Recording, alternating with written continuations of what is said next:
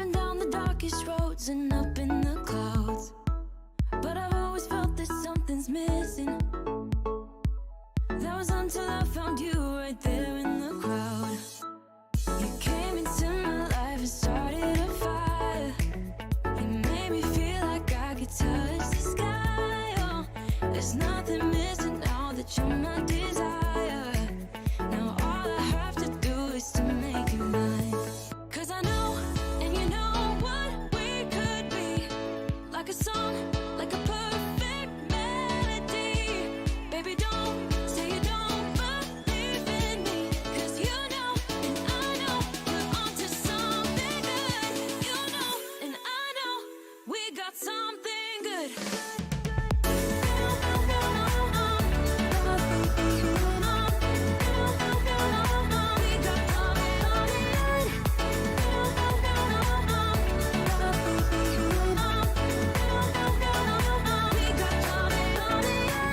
I've been waiting for the one forever. Finally I got you, baby, here in my heart. When I'm with you I feel so much better, oh yeah. Before you I was just a shell, so stuck in the dark. You came into my life and started a fire. You made me feel like I could touch the sky. Oh, there's nothing missing now that you're my desire. Now all I have to do is to make you mine. 'Cause I know, and you know what we could be. Like a song, like a perfect melody. Baby, don't say you don't believe in me, 'cause you know, and I know, we're onto something good. You know, and I know, we got something good.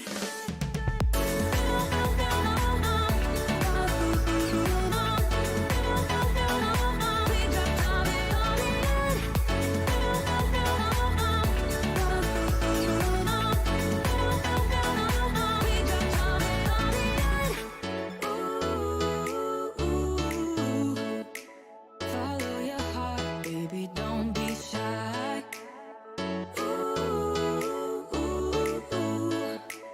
Just follow yours and I'll follow mine. 'Cause I know, and you know what we could be. Like a song, like a perfect melody. Baby, don't say you don't believe in me, 'cause you know, and I know, we're onto something good. You know, and I know, we got something good. Something good.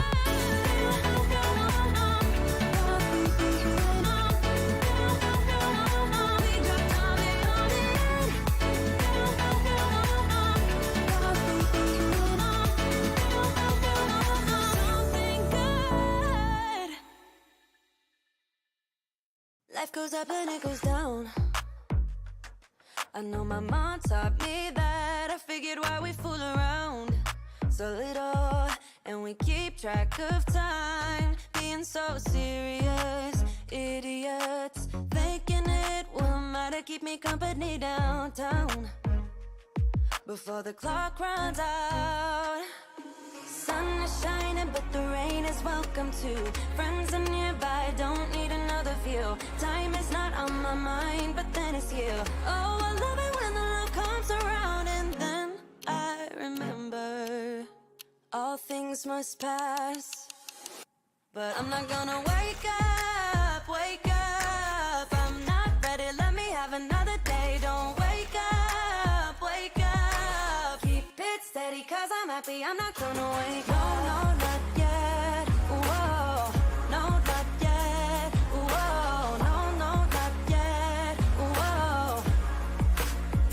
I'm afraid I'll end up nowhere. They keep saying I'll be fine, but how you know that I'll be there when it feels like I'm lying every time someone asks how it goes, and I save the details that actually mean something. Sun is shining, but the rain is welcome too. Friends are nearby, don't need another view. Time is not on my mind, but then it's you. Oh, I love it when the love comes around, and then I remember all things must pass.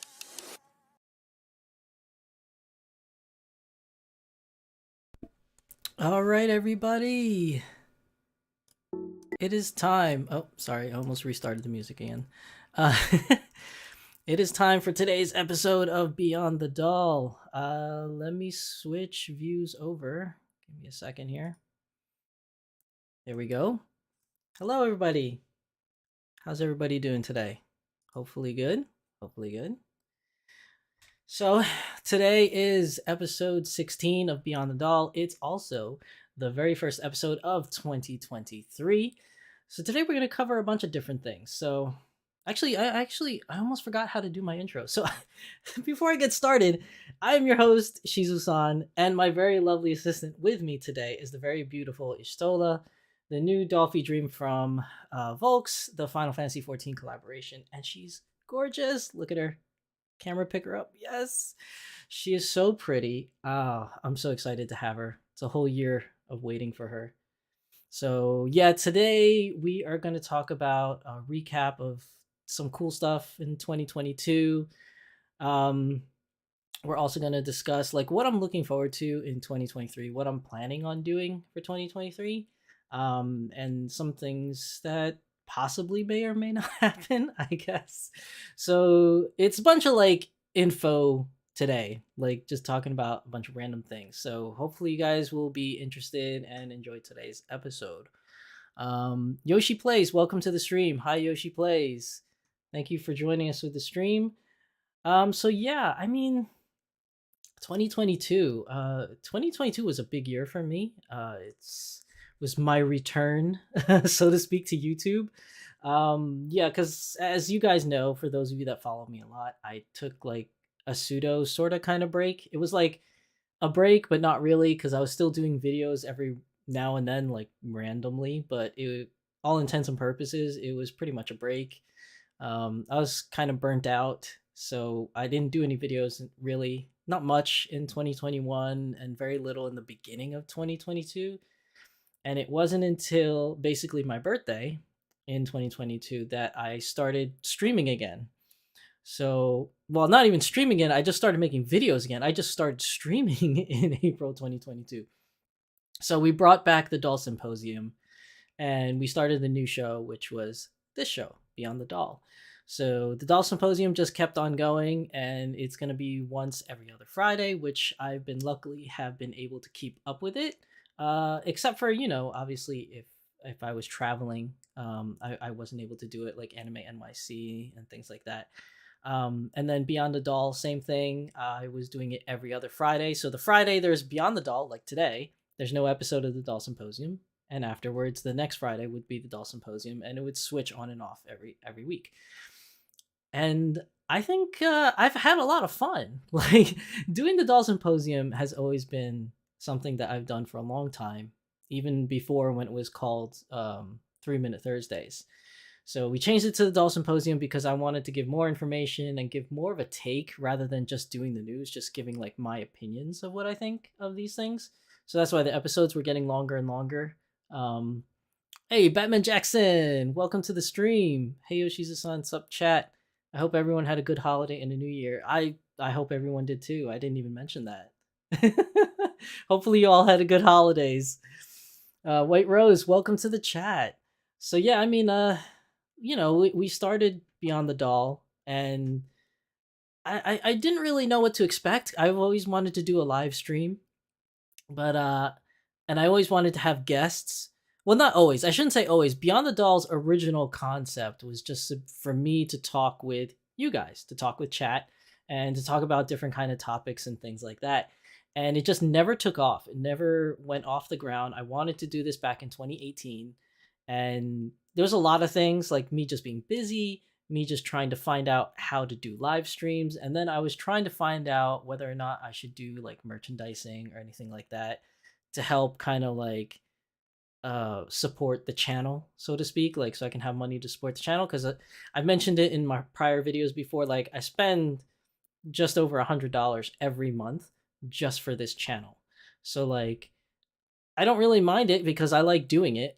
So I don't mind spending the money. But if I could like have the channel kind of support itself, then I was gonna do something that I thought would be fun. So I did activate AdSense, so I do have my channel. I do have my channel. I have my channel monetized now, so you guys are now unfortunately getting ads at the beginning, maybe in the middle of my videos, and that kind of helps support the channel. I started it back in September, and so far I made like $25. So so a couple months I've been doing this. I made $25, so that'll go into the channel fund. I'm going to use that money to use for this channel, whether I get enough money to buy new equipment or, whatever I need to do to pay for things that I do with this channel.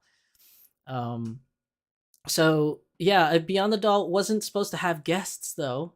And then I thought about it when the pandemic hit, like if I start Beyond the Doll and I finally start doing the live stream, I kind of want guests now because I can't travel to cons because everything was closed down. There was no cons during the pandemic. There were virtual cons, but it wasn't the same. I attended a few virtual cons. It's not really the same as doing it in person. You don't really get to meet the people. So when I did Beyond the Doll, and I was like, okay, I'm gonna do it right. I'm gonna do it. Like I need to get this done. And then I was like, well, I kind of want to talk with people too. So then I decided I'm gonna add guests. So I reached out to a couple of people that I know personally that I thought I would have a lot of fun talking about doll stuff, and it's been great. I mean, we've had Keith on talking about um, 3D printing and things like that. We had MagicalKitkatgirl on. We had Tempest Strife on. Both of them talking about like face-ups and resin dolls and things of that nature. We had Tyler come on to talk about what it's like to be clothing manufacturer, I guess you could say, or like a person that makes clothes for dolls and sells them online, like on their websites or Etsy or whatever. I know Etsy is kind of like a taboo thing nowadays. And then we had MagicalKitkatgirl and Tempest back on to do Husbandos and Waifus. We had John and Sandy on from My Lady Disdain talking about what it's like being a YouTuber. So we had quite a number of guests come on. Did I leave anybody out? I feel so bad if I did because we had quite a number of guests actually. Did I miss anyone? Oh God, I hope I didn't miss anybody. I'm trying to think. Who am I missing that we had on Beyond the Doll? I'm looking like through my list. Oh, we had Diana the Doll Fairy. That's right. Diana the Doll Fairy was on, and it was so cool talking to her because she had such a great take on dolls and customization coming from not really a 1/3 scale BJD hobby. I mean, she came from doing stuff like Monster High stuff and Disney Princess stuff. So like seeing her perspective on how she did the customization on that and doing YouTube full time and then making it into 1/3 scale kind of doll collecting and customization, I thought that was really cool. I really enjoyed having her on. I'm so sorry I almost forgot to mention you. But yeah, I mean I believe that was all my guests that I had on, if I'm not mistaken. I could be wrong. If I forgot anybody, I do apologize. But it was a lot of fun having guests. More fun than I expected. Like I always expected it to be fun, but it was a lot more fun because we really got to know each other while doing the interviews and talking about stuff, and really got to know chat as well because we had a lot of participation from people asking questions in chat. So it was definitely a super super cool experience. Um, and then like going back to doing cons in 2022 was a lot of fun also. I mean, there wasn't much that I did in 2022 doing cons, but I did, I think it was Anime Next I went to, and I think that was it actually. Now that I really think about it, no, Anime Next I did like doing panels and stuff, but then I was at Anime NYC this year, so really those were the two major cons that I went to. Con schedule for 2023 is going to be big. We're going to talk about that as we get on with today's show. I'm just trying to recap all the things from 2022. But yeah, I mean, doing some cons in 2022 was nice.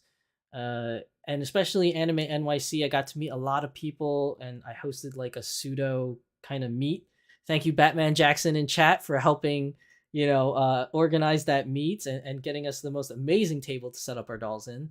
Um, and then in Anime Next, I think I met a couple people there. It was a lot of fun there too. Um, Let me see, what was it? Oh no, Anime Next. You're right, Batman. Anime Next, I did, but I believe it was virtual. I did a no, it wasn't virtual. Oh my god, I'm getting my years mixed up. No, 2021 I did virtual for Anime Next. 2022, I think it was just flat out canceled. I'm getting all my dates mixed up. So essentially, I think it was just Anime NYC that I did in 2022. I can't really remember. So much has been going on, like, since I started, doing YouTube like consistently again in April till like now. Like, especially organizing everything for Beyond the Doll took up a lot of my time. Um, Getting guests on for the show has been really crazy. Uh, Not like crazy hard. It's just crazy because I'm trying to think of people that I would like to have on the show, and the hardest thing is organizing time, like, because not everybody lives in the same time zone, and not everybody is keen on doing like an interview for so long. Like, I don't normally plan Beyond the Doll to be so long, like 2 to 3 hours to almost 4 hours. I don't initially plan on doing it. If it's just me, like today's episode, it's relatively short, maybe an hour, hour and a half. But like when I have guests, there's just so much to talk about, and we get carried away with so many, tangents and questions from chat that, like, it's just crazy. And it just gets long, and we lose track of time. The only one was Diana the Doll Fairy, because I remember, she couldn't stay on very long because she had prior engagements and stuff. So I was trying my best to keep it short. So we really had hers only at, like, I think it was just over 2 hours, like slightly over.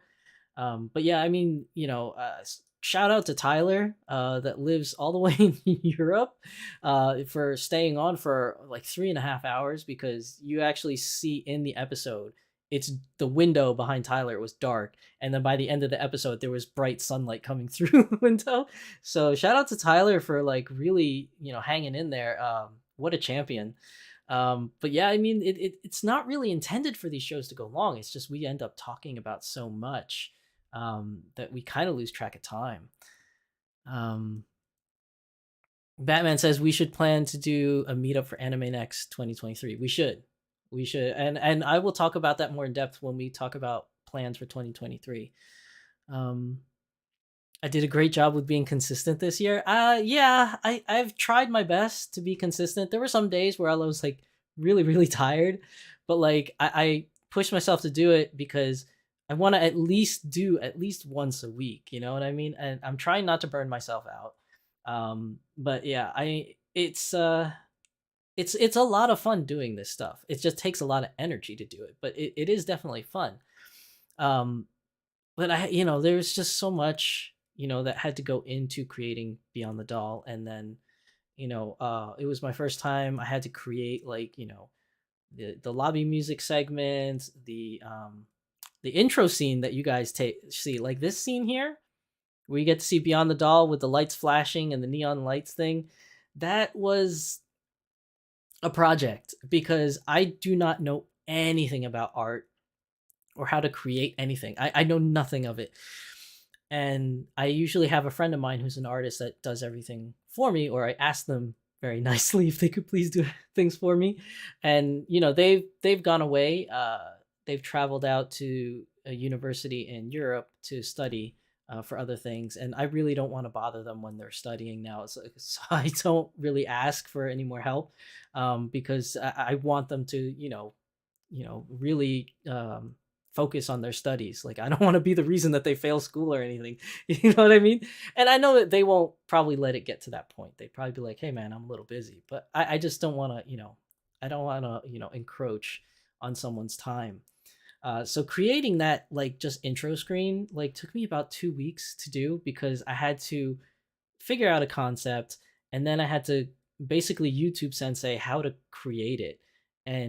And Photoshop, for those of you that don't know how to use Photoshop or are new to Photoshop, it is not the most intuitive thing. Like, if you know nothing about art, you know nothing about graphic design or anything, and you open up Photoshop, like it is not intuitive at all. Like trying to figure out how to make a square took me forever. Like just a square.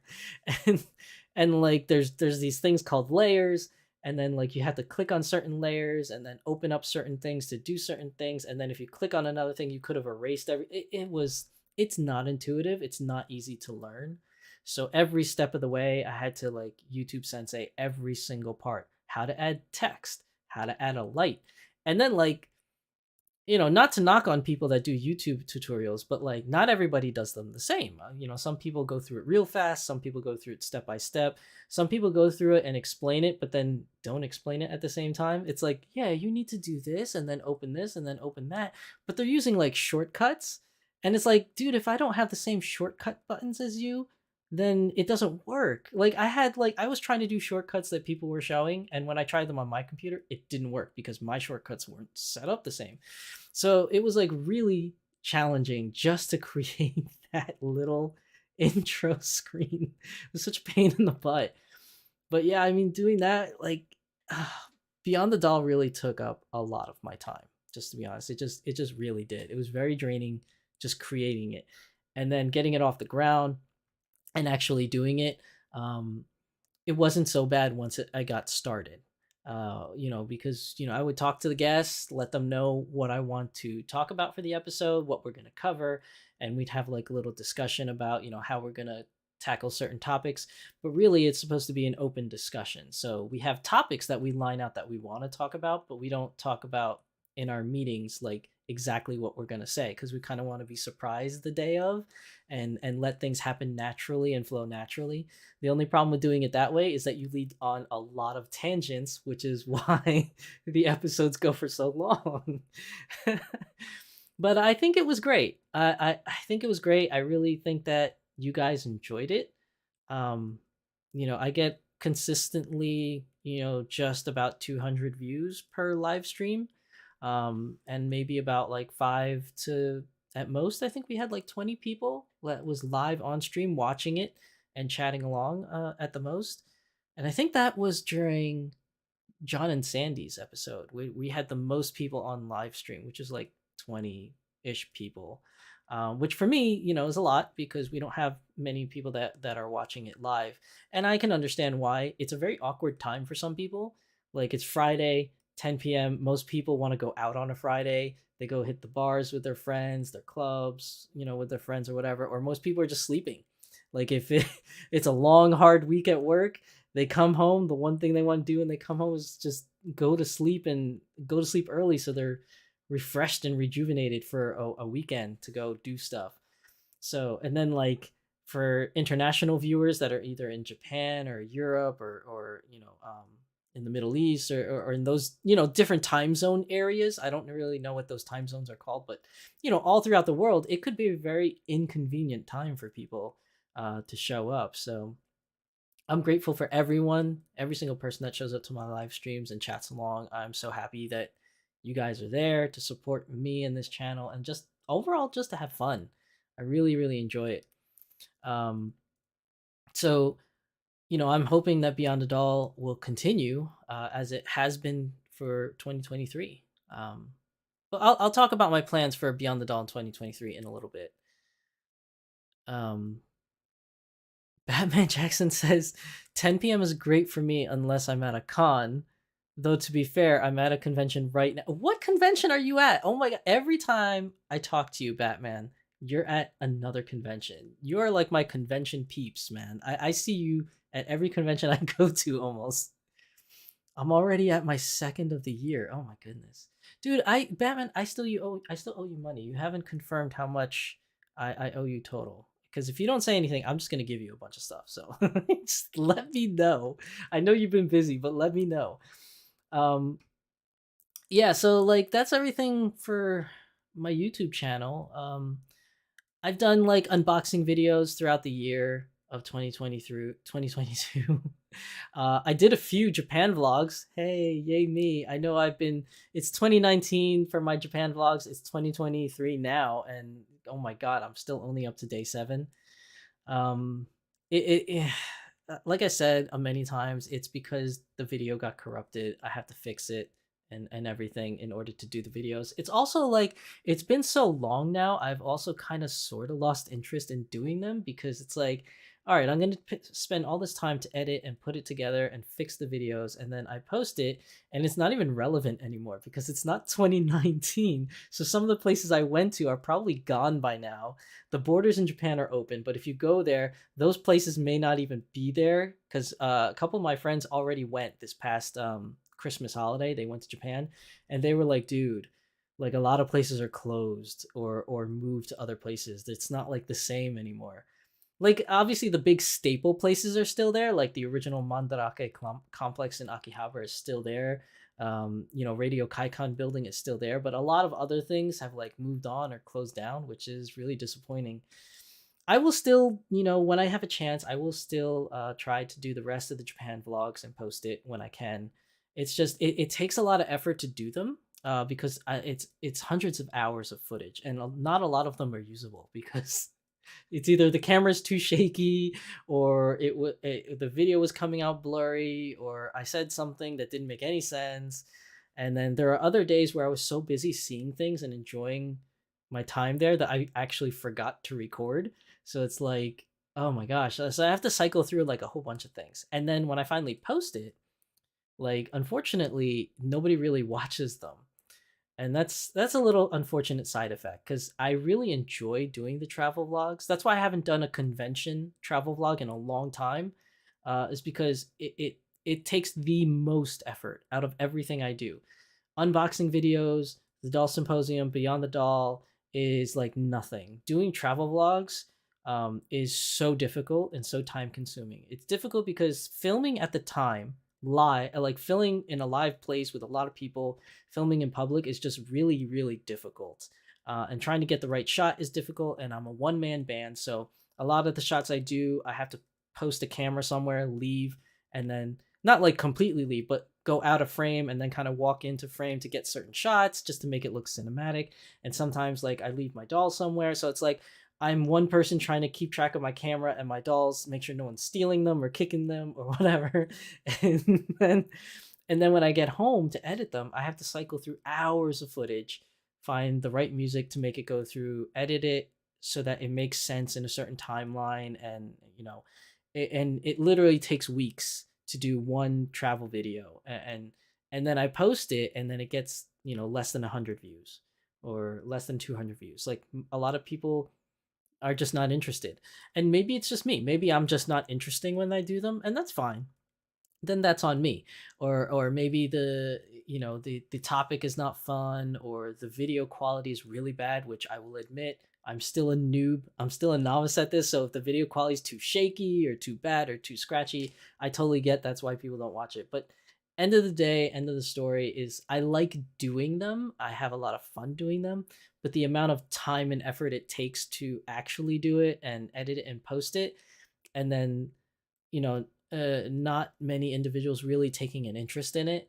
It's kind of like, dude, should I keep doing it? Like, is it worth it to keep doing it? I don't know. So I haven't really posted any travel stuff in 2022 at all. I haven't done any travel stuff, even though I really wanted to. But maybe 2023 it'll be different. Who knows? I might try and do something different in 2023. Although I have plans, so we will talk about that when it comes to that. Um, so I want to talk about a couple things that happened in 2022 that I just want to briefly talk about. So we are gonna move. Let me just move things over to my other screen because it's gonna take up some space. So here we go. We're gonna go to the internet view. I'm gonna move Ishtola over for now because my hand is starting to hurt from holding her. Hold on. Okay. So as you guys can see, this is the internet tab. I'm gonna go to Dolphy Dream. Look at this.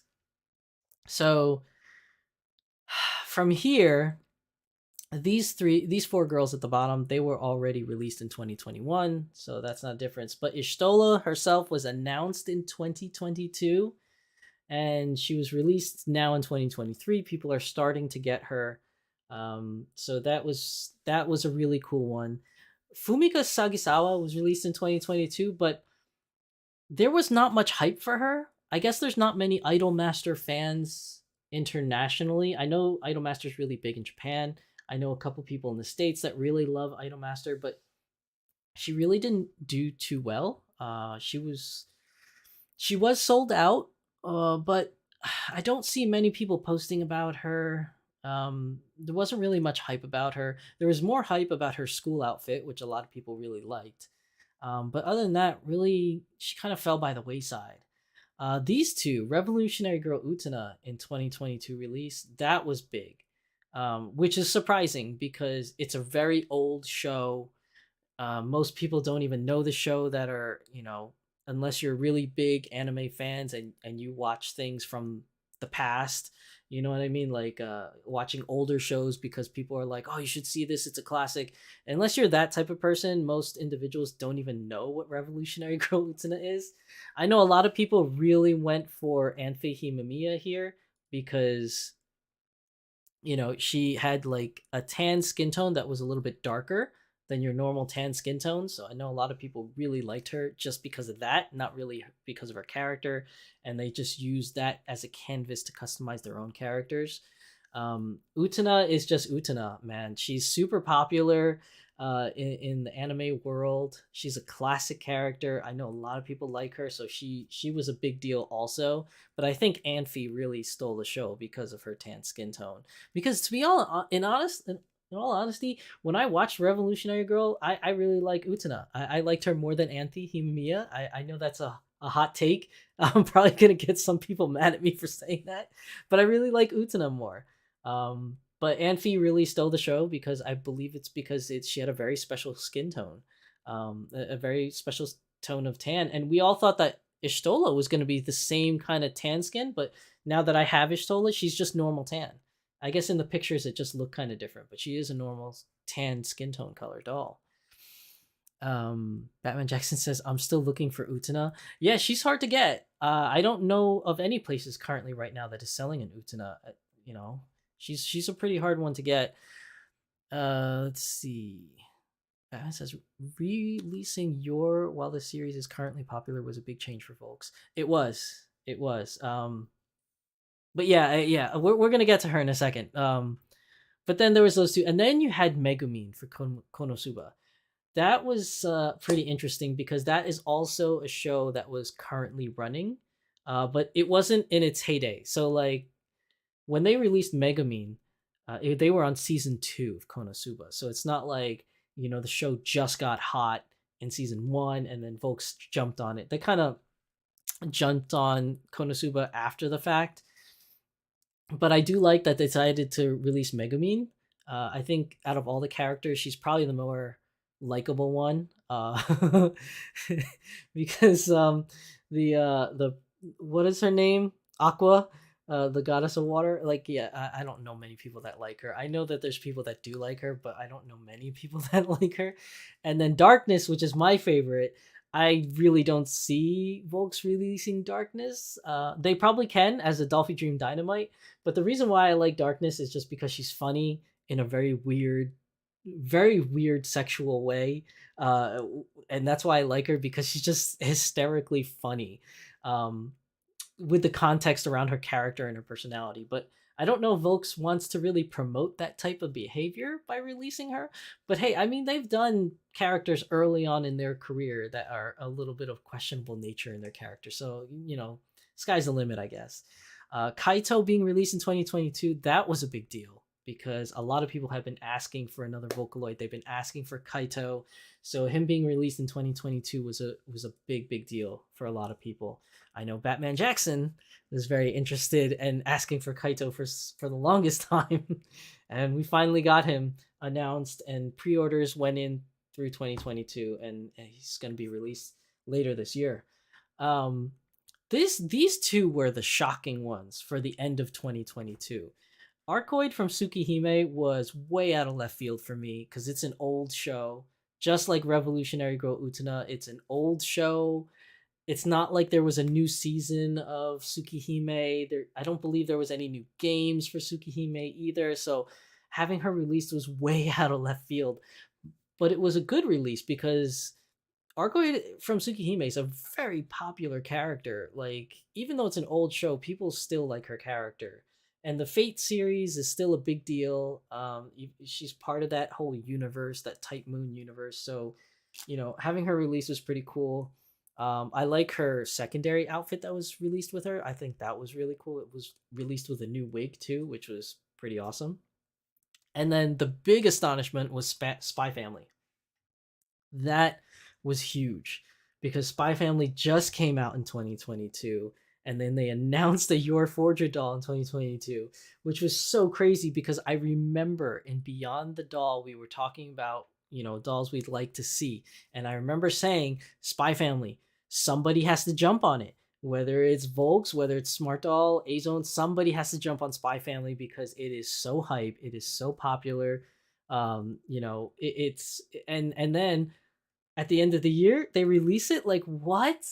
Like, what? That was insane. That was pretty crazy. I don't know. And it's not because I said anything, because in order to get these licenses for these products, it takes planning, like years of planning, before it actually comes to fruition. So, when they announced it, they were, in the end of December, they probably were planning it from the prior December from before, just to get through the licensings, to make an agreement, to go through prototypes, et cetera, et cetera, et cetera.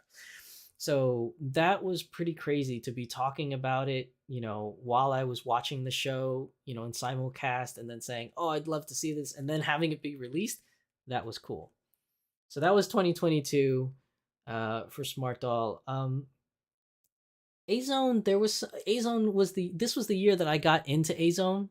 I didn't really like have any A-Zone stuff per se before then, but 2022 is when I bought my first A-Zone doll, and I started to add A-Zone to the list of things that I do in, the Doll Symposium. And their dolls, now that I have one, are really, really nice.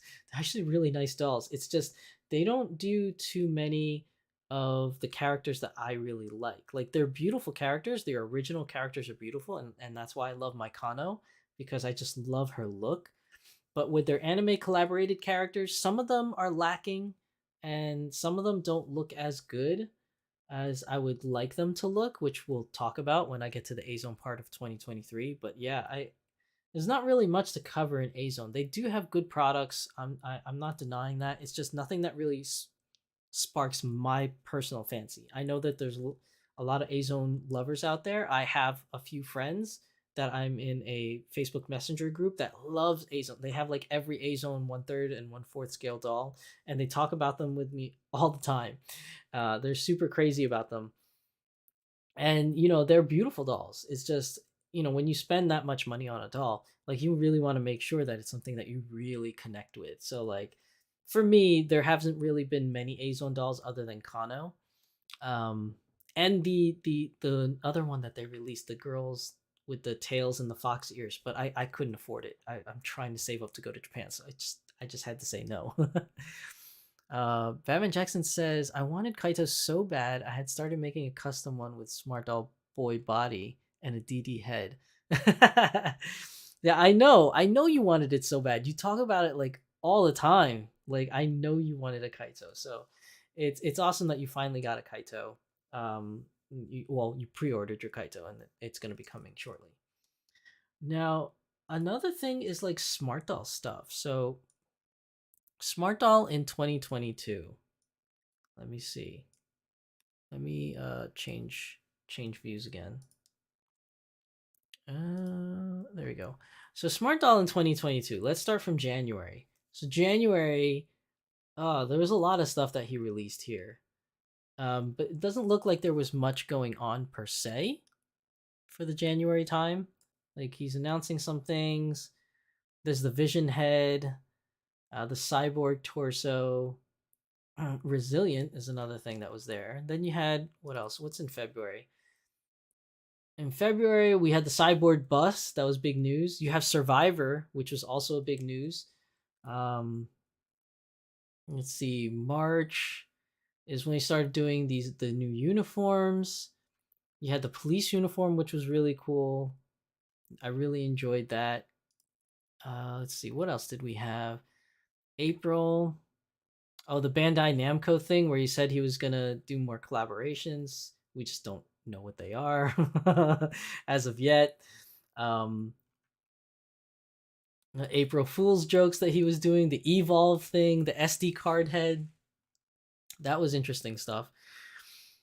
And then May was when I believe May was when we had the unfortunate uh, controversy. I think that's when May. It's not on here anymore because I believe he took it down.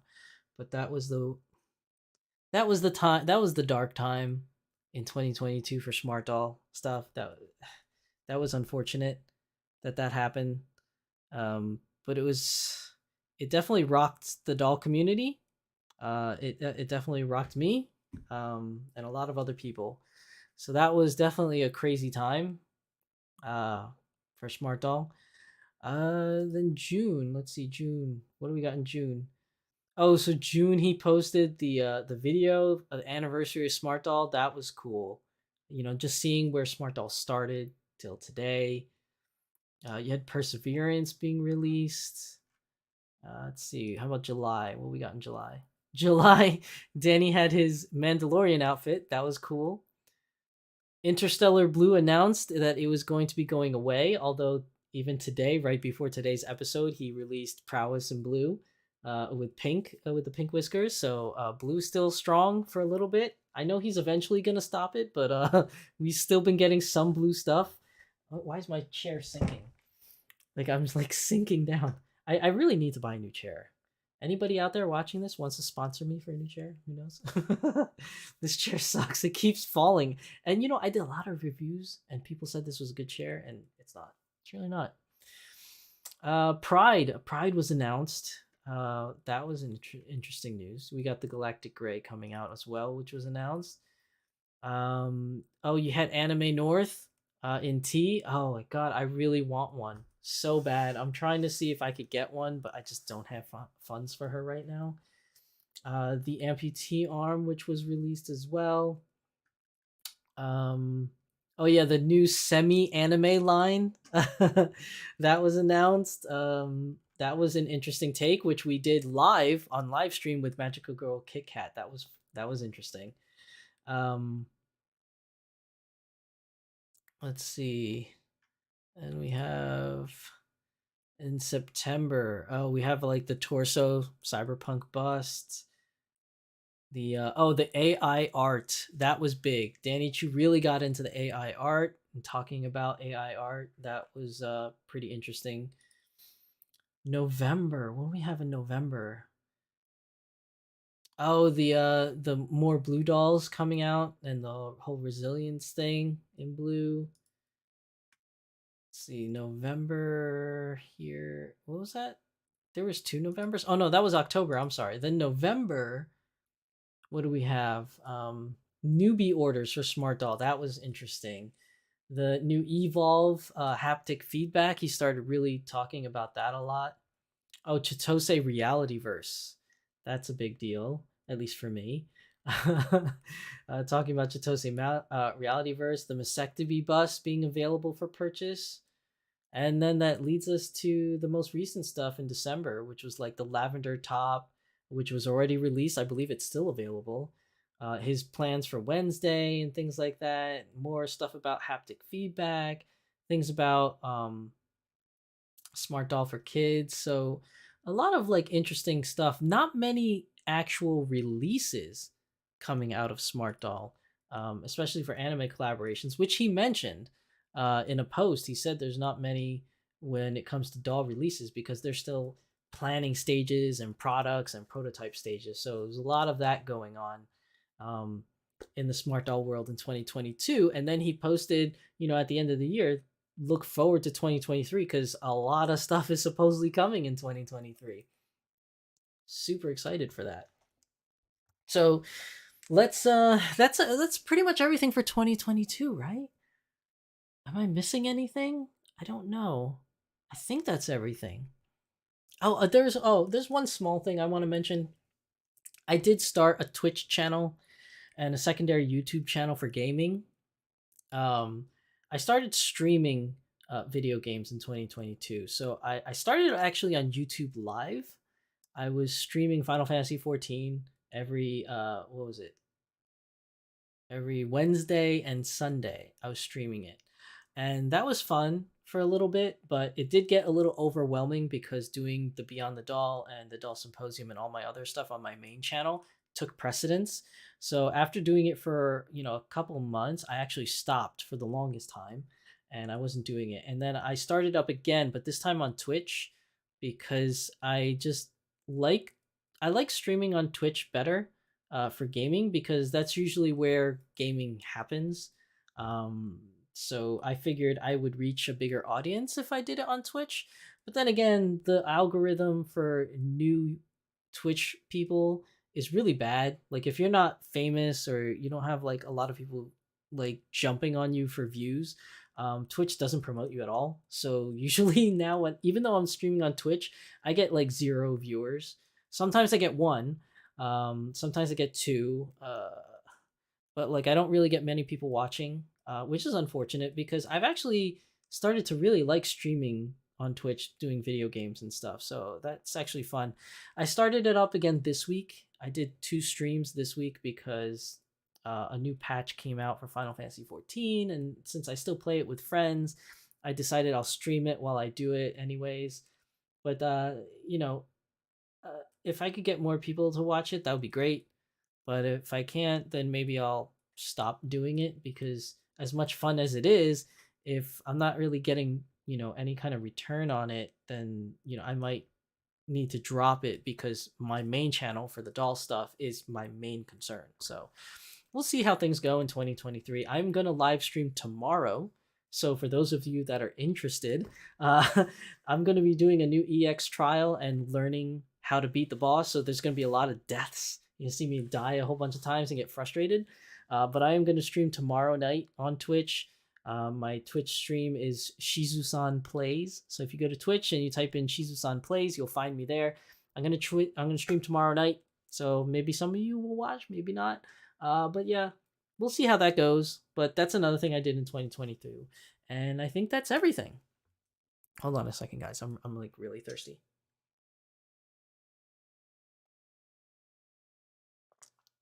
Sorry for that ASMR.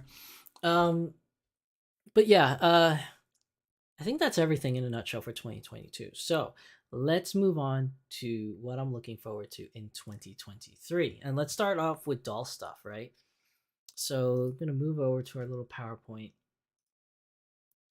So Arcoid is going to be released in 2023. So hopefully people are hyped for that. We already talked a lot about Arcoid and we already talked about Yor and stuff for 2023. They are, well, Yor's actually released and Arcoid's actually released, but what I'm talking about is the after event. I'm sorry. So the after event's coming on July 21st, which I believe is next week, if I'm not mistaken. So for those of you who are interested and want to get yours, if you haven't been able to get them, through your proxies or, going to the event, they are going to be a part of the after event on January 21st. So if you really want them, just make sure you log on. It is going to be a click war. Unfortunately, it will be a click war. So be wary of that. But the bigger news for 2023 that we really want to talk about is another Spy Family character. So I talked about this on episode 37 of the Doll Symposium. And I want to talk about it some more because, like I said, Spy Family is really popular and taking off. And the fact that they're announcing Anya is super awesome. So having Yor being released and now Anya being released, it's like you got 2 people of the family. Where is Lloyd? Where's Lloyd? Or Roy? Lloyd, yeah. Where's Lloyd Forger? Where is he? He has to be announced. He has to be released. I feel like Volks has to release Lloyd now because how awesome would it be? It's not like Sailor Moon where like if you're gonna release Sailor Moon, you have to release all the Sailor Scouts. So they did Sailor Moon and the Inner Senshi. They haven't even touched the Outer Senshi yet because there's just so many characters involved. But Spy Family, there's only 3. It's the mother, the child, and the father. We have Yor, you have Anya. I think them announcing Lloyd Forger in 2023 and then releasing in 2024 is a strong possibility. The only thing really holding them back from releasing a Lloyd Forger is the fact that it's a male doll. And Volks does not release many male dolls. You have Kaito, you have Kirito, and you have Len. That's it. 3 male dolls that they released. Could they do more? Sure. There's a lot of male characters in anime or video games or whatnot, but they don't do them because male characters, they don't sell very well. And it's very, very strange that they don't sell very well because I always see people posting in Facebook groups, Instagram, Twitter, whatever, that they want to see more boys. We want boys. We want more boy characters. How? And then like I see other videos. What's the best face sculpts to turn into a boy character, to make a custom boy character? Or I've seen other people make custom boy characters using girls' faces and things like that. Oh yeah, 9S. Thank you, Batman Jackson. 9S also released. That's another boy character. Sorry, there's 4. But Volks doesn't release boy characters because nobody buys them. And it's the same thing with Smart Doll. Like everybody is asking for boys, and then when the boys are released, nobody buys them. Like, is it because the boys that are released look bad? Is it because the boys that are released are not really famous or popular characters? I don't know. I really don't know, but they don't sell. And this is just from me observing, the trends in the community and what's going on. Like I have no access to Danny Chu's sales figures or Volk sales figures to really say, hey, nobody's buying them, so they say they sell poor, blah blah blah. All I have to say is basically what I've observed from the community, what I've observed from doll releases. Like just these are just my observations. Like nobody is buying boy dolls, even though apparently people are asking for them, but no one's buying them. So Volks doesn't release them.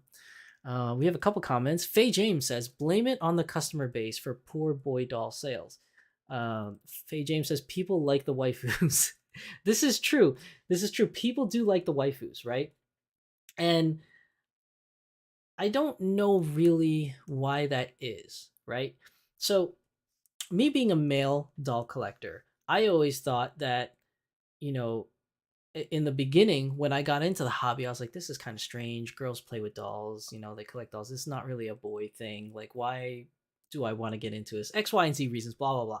But I'm huge into dolls now. You guys know it. I love it. But like, I always thought before I got into this hobby that this was a lot of girls were into this hobby. But then when you think about it in another side of you is that this is a company from Japan. A lot of these dolls come out of Japan, at least when you're talking about vinyl BJDs. A lot of them come out of Japan, and Japan kind of has this stereotype of like pervy guys, like collecting things for pervy kind of reasons. Like you hear things about like sex dolls and robot dolls for hentai and things like that. And like I know it's a stereotype. It is a stereotype, but like those are the things that you hear when you live like outside of Japan, like looking in, like you just hear like these random things, and in your mind that's what you think. And I met this amazing gentleman when I was doing photos of Ishtola in the park.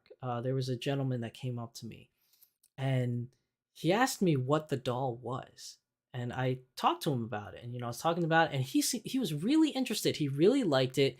He really gravitated to the way Ishtola looked and how the doll looked compared to like things that he collected when he was growing up, because he was a little bit older than me. I don't want to say a lot because he didn't look that much older than me, to be honest, because I'm already pretty old. He probably thought I was 20 years old, but like I'm 41. I'm almost about to be 42. He mentioned something about him being like 50. So like he's not that much older than me, but he didn't look like the type of guy that would be interested in this stuff. Like, and he even said so himself. Like he kind of looks like this biker kind of guy. He was a big dude. He was very muscular. He had a huge beard. He had like the biker kind of like bandana thing kind of on and everything. But what he was doing in the park was he was bird watching, and he was trying to learn how to do bird photography, like taking pictures of birds. And, this is why you say you never judge a book by its cover, because I never thought that a gentleman like that would be interested. But he was really interested in these dolls. Like, he was like, this is cool. I want to learn more about them. And we got into a really awesome conversation just talking about dolls. And I remember one of the things that he said that stuck out to me that I thought was really funny is that we went online on our phones and I showed him where to buy Dolphy Dreams, where to buy smart dolls and things like that. And he was looking it up, and you know how like the dolls, when you go on the websites, they're usually shown like smart doll, they're shown in their underwear. And Volks, they're kind of shown nude in some of the pictures. They're not really shown with like clothes on, like especially on the body part side. And he and I remember the first thing he said, he was like, this is kind of pervy stuff, isn't it? And I was like, no, it's not pervy. It's like, I understand where you're coming from, because on the outside of the hobby looking in from a male's perspective, you would think, oh, that's for perverts kind of thing, because you don't know anything about it. Like, nothing about it, no information. So it's kind of like, it's weird. That's like the first thing that comes to your mind. Especially, I guess, here in the States, especially from like someone that's like a alpha male or something like that. But like, it's got this stereotype. So I don't know why. Going back to my original point for boy sales being low, like, is it because a lot of people in Japan, it's big as male collectors collecting these dolls, and that's why a lot of waifus sell better, because there's a lot more male collectors in Japan, and then internationally there's not many male collectors. And then I kind of feel like the collectors of these dolls, especially the vinyl dolls, I can't really say about resin, but I feel like with vinyl dolls, it's almost 50-50 male and female collectors. But if I had to give the edge to something, I think there's actually more male collectors for the vinyl BJDs than there are female collectors. I feel like that may be it. But if it's not, right? Let's say it's not. Let's say there are more female collectors in vinyl BJD than there are male collectors in vinyl BJD. But then, if that's the case, is it because the female form is just more aesthetically pleasing for men and women than the male form aesthetically pleasing for both men and women?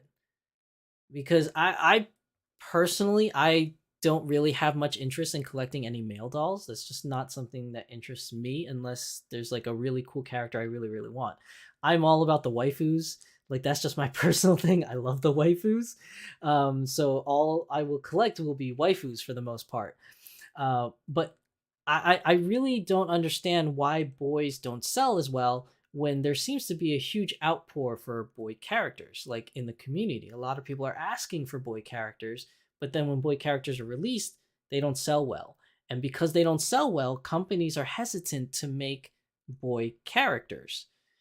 So, bringing it all back to the original conversation of Spy Family, the fact that Lloyd Forger to be released so you can have and own the whole family would be amazing.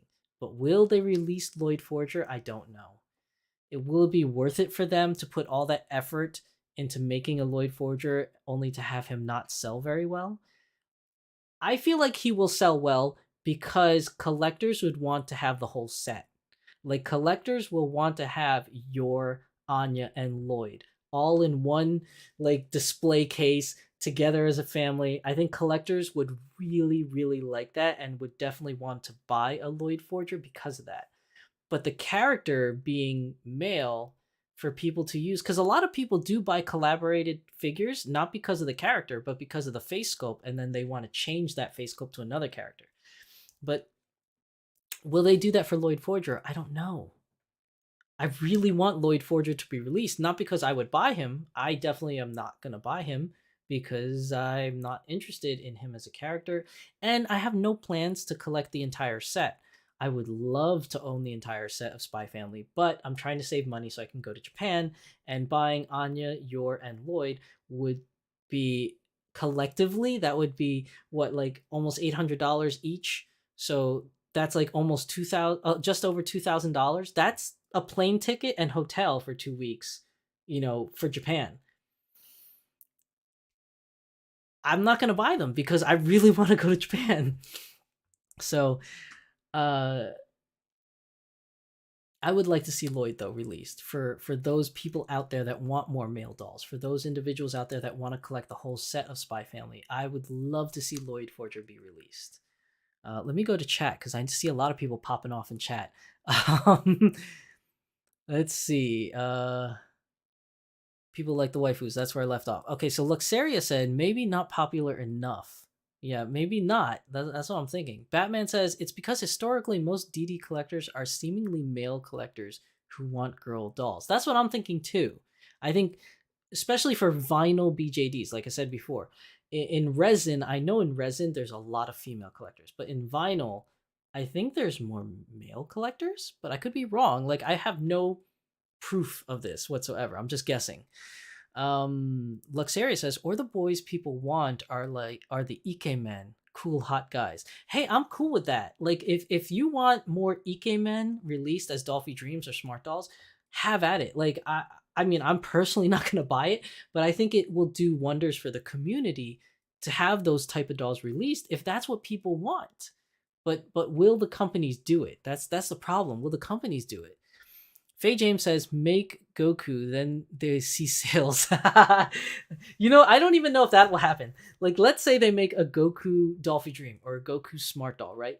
One of these companies would have to make it muscular. Because if you're going to have a slender Goku, it's not going to look right. Like, they have to have big muscles. Like, I'm talking like muscular arms, like, prah! Like, he would have to have jacked abs and jacked arms and like calves of steel, like for people to want to buy a Goku. And then even if they do that, even if they take the steps to do that and it looks just like Goku, I still think not many male people will buy it. And then I don't think female viewers will buy it because I don't think Dragon Ball is really that popular with the female crowd. I know that there are females that love Dragon Ball, but in the overall, like if you really want to, separate it out, like the ratio of male to female in Dragon Ball, uh, um, lovers, I guess you could say, is definitely more male percentage. Is the higher percentage for Dragon Ball fans. Um, so will the females buy it? Maybe, but will there be enough of them to buy it? And then the male collectors, I don't really know if male collectors will buy it. Maybe people that are already in the doll hobby would buy it, but people outside of the doll hobby, like Dragon Ball fans, I don't even think they will buy them. Because a lot of I'm gonna get a lot of heat for saying this, but I feel like a lot of Dragon Ball fans are also include a lot of otakus, a lot of people that are just regular anime fans that just love anime. But I think also a large percentage of Dragon Ball fans are very big alpha male type people. It's just like the rage with Superman. Like a lot of people in the gym that are jacked, and a lot of like really big sports players, like football players, always have like, and basketball players, they have Superman tattoos on them because they want to be Superman. Like they feel like they embody Superman. Like a lot of big alpha males love Superman, just like a lot of big alpha males love Goku. But I don't think those same alpha males would buy a Goku doll, and that's where the big fan base is. So as much as I would think it would be awesome to see a Goku doll, I don't think that would actually boost sales, to be honest. Batman Jackson says the resin BJD collectors are mostly female, and the boys dolls sell the most in resin. I've heard that. Tempest also told me that same thing. Tempest was like, a lot of females are in resin and they love collecting boy dolls. They have like anatomically correct resin boy dolls too, which I thought was pretty interesting, where you could swap out the member for different sizes. I was just like, what? You could do that?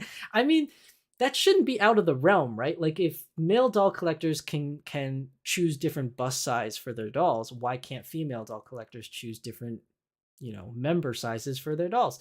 It makes perfect logical sense. I just thought it was just really funny that they actually did go that extra step. I think that's pretty interesting. Um, Batman Jackson says at least in the Asian market. Luxaria says resin BJDs has the male look that I want. That is also true. So there is, if I were to ever buy a resin BJD that's a male doll, I already saw it. Like there is a male doll that was released. I think it was a Volks doll, if I'm not mistaken. I think it was a Volks doll, and it was a samurai. I think it was supposed to be a Shinsengumi character.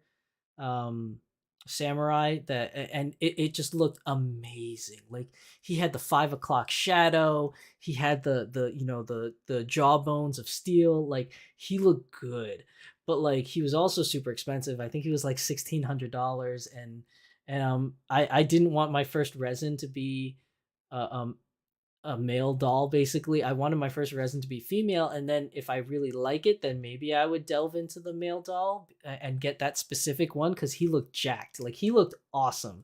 But you don't see that in vinyl dolls, like, because most vinyl dolls look very anime-esque, and they don't really have, they usually have the pretty boy or the cutesy boy look. I'm looking for like the gruff, like the man's man kind of doll.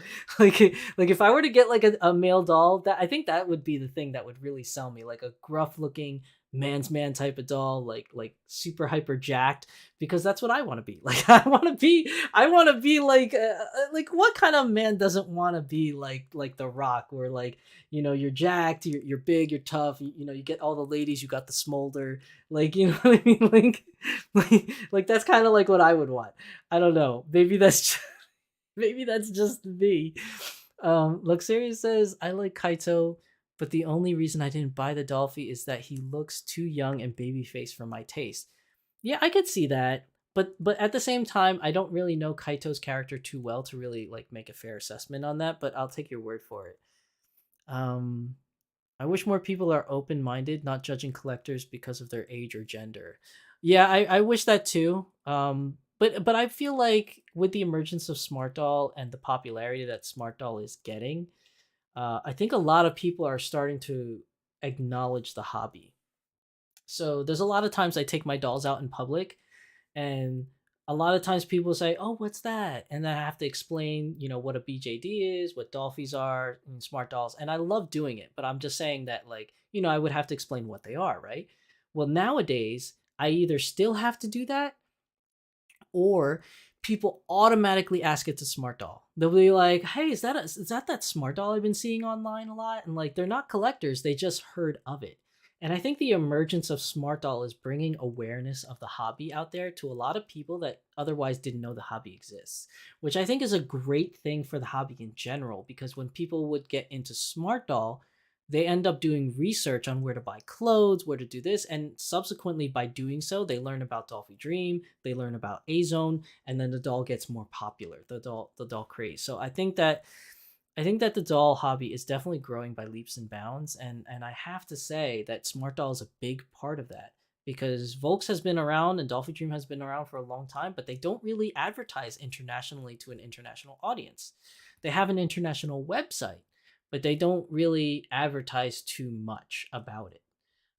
You have Volks USA that goes to Anime Expo in California, but that's really only to the small group of people in California that actually attend.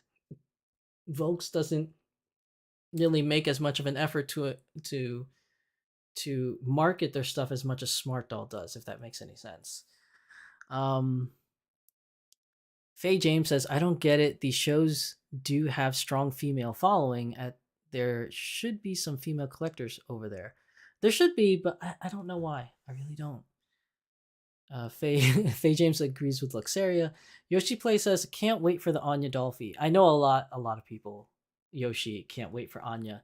And that's another discussion I want to talk about. Is Anya going to be mini Dolphy Dream? Because it says here Dolphy Dream. But usually when they announce in these pictures, oops, sorry, I went too far ahead. Usually when they announce in these pictures, they would say Dolphy Dream Dynamite, mini Dolphy Dream, or Dolphy Dream. So like, I'm really hoping she's gonna be a mini Dolphy Dream, and that this was just them putting the Dolphy Dream logo in general on there and not really specifying, because to have Anya come out as a Dolphy Dream would be really bad, because she should not be the same height as Yor or Lloyd if they release a Lloyd. Um, if anything, she should be a Dolphy Dream sister, but even that wouldn't make any sense.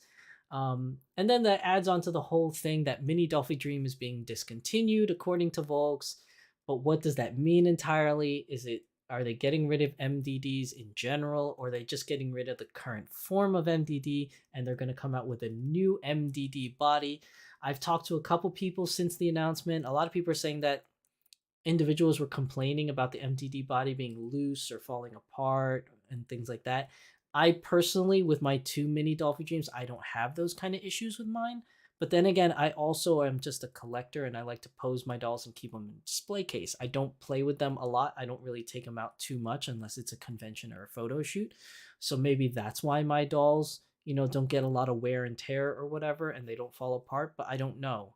Um, I'm really hoping that they're just revamping the Mini Dolphy Dream line to release a new Mini Dolphy Dream body. That's what I'm really hoping for.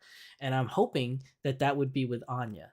I'm hoping that Anya will be released on this supposed brand new Mini Dolphy Dream body that they're going to do.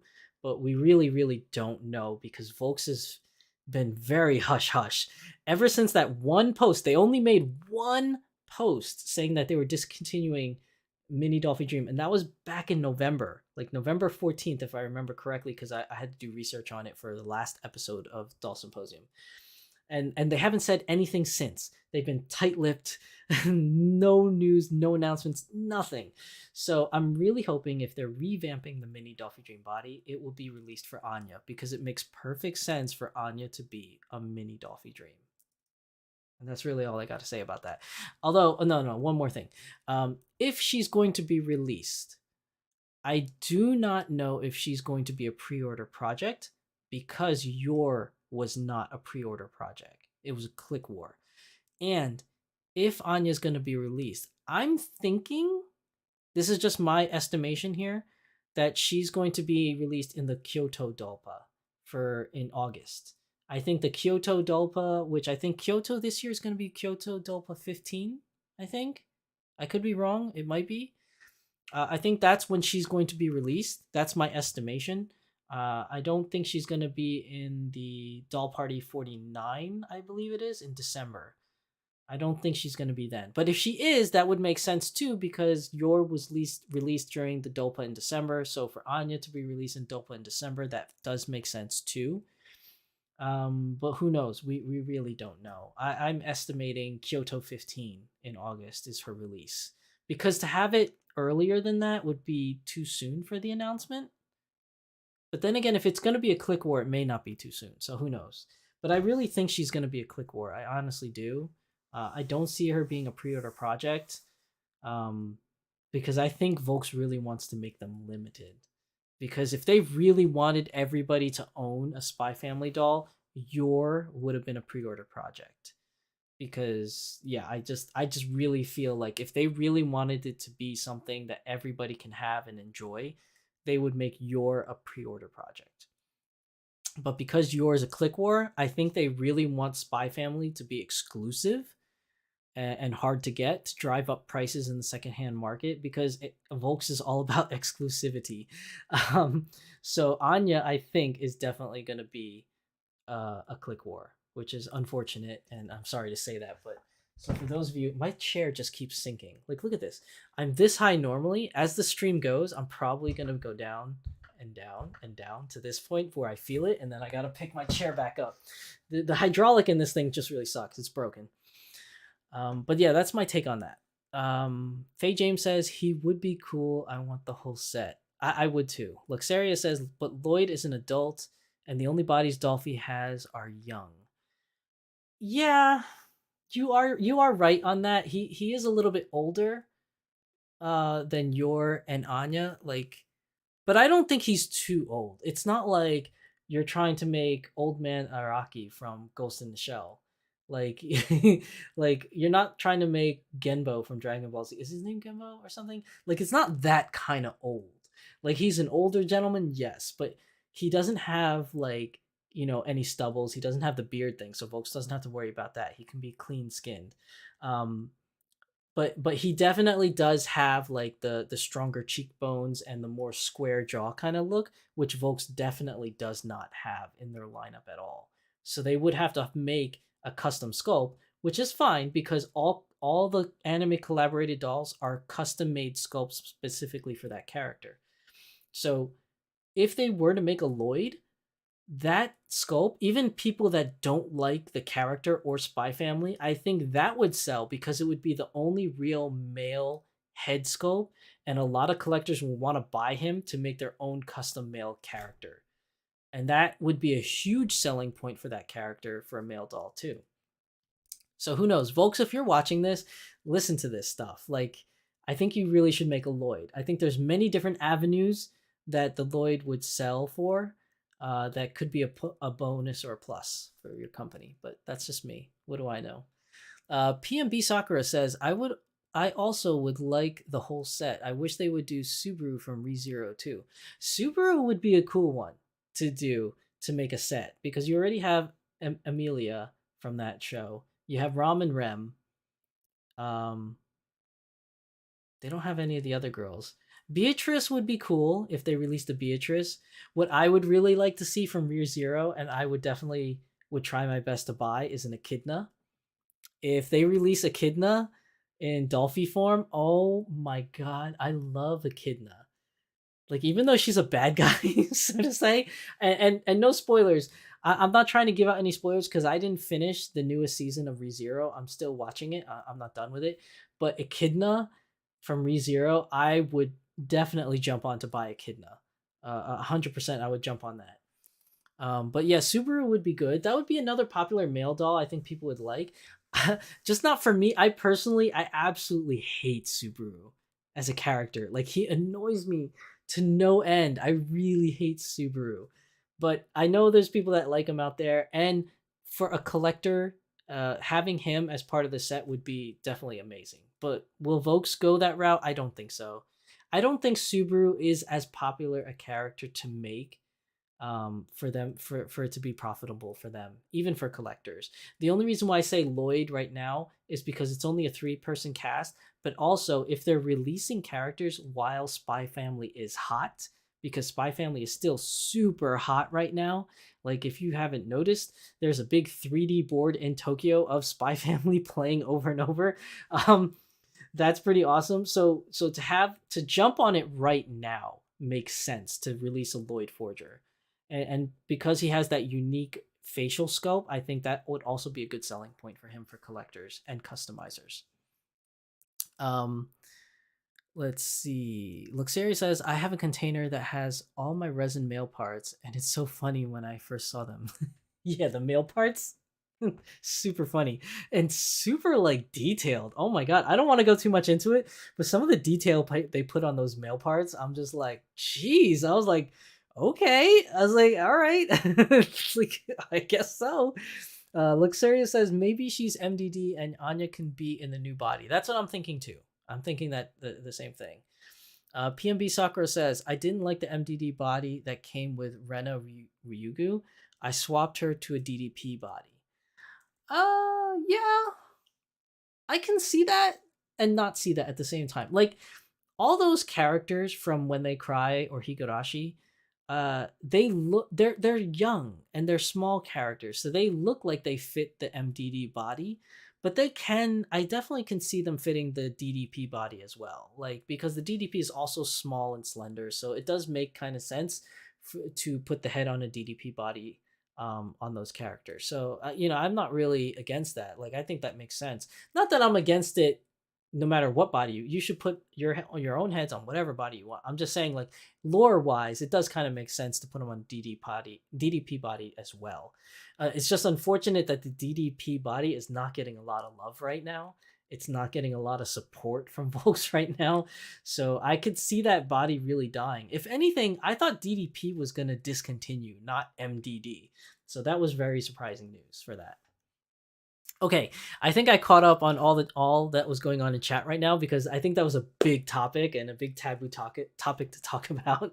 But yeah, that's what I see happening in 2023 for Dolphin Dream and Spy Family.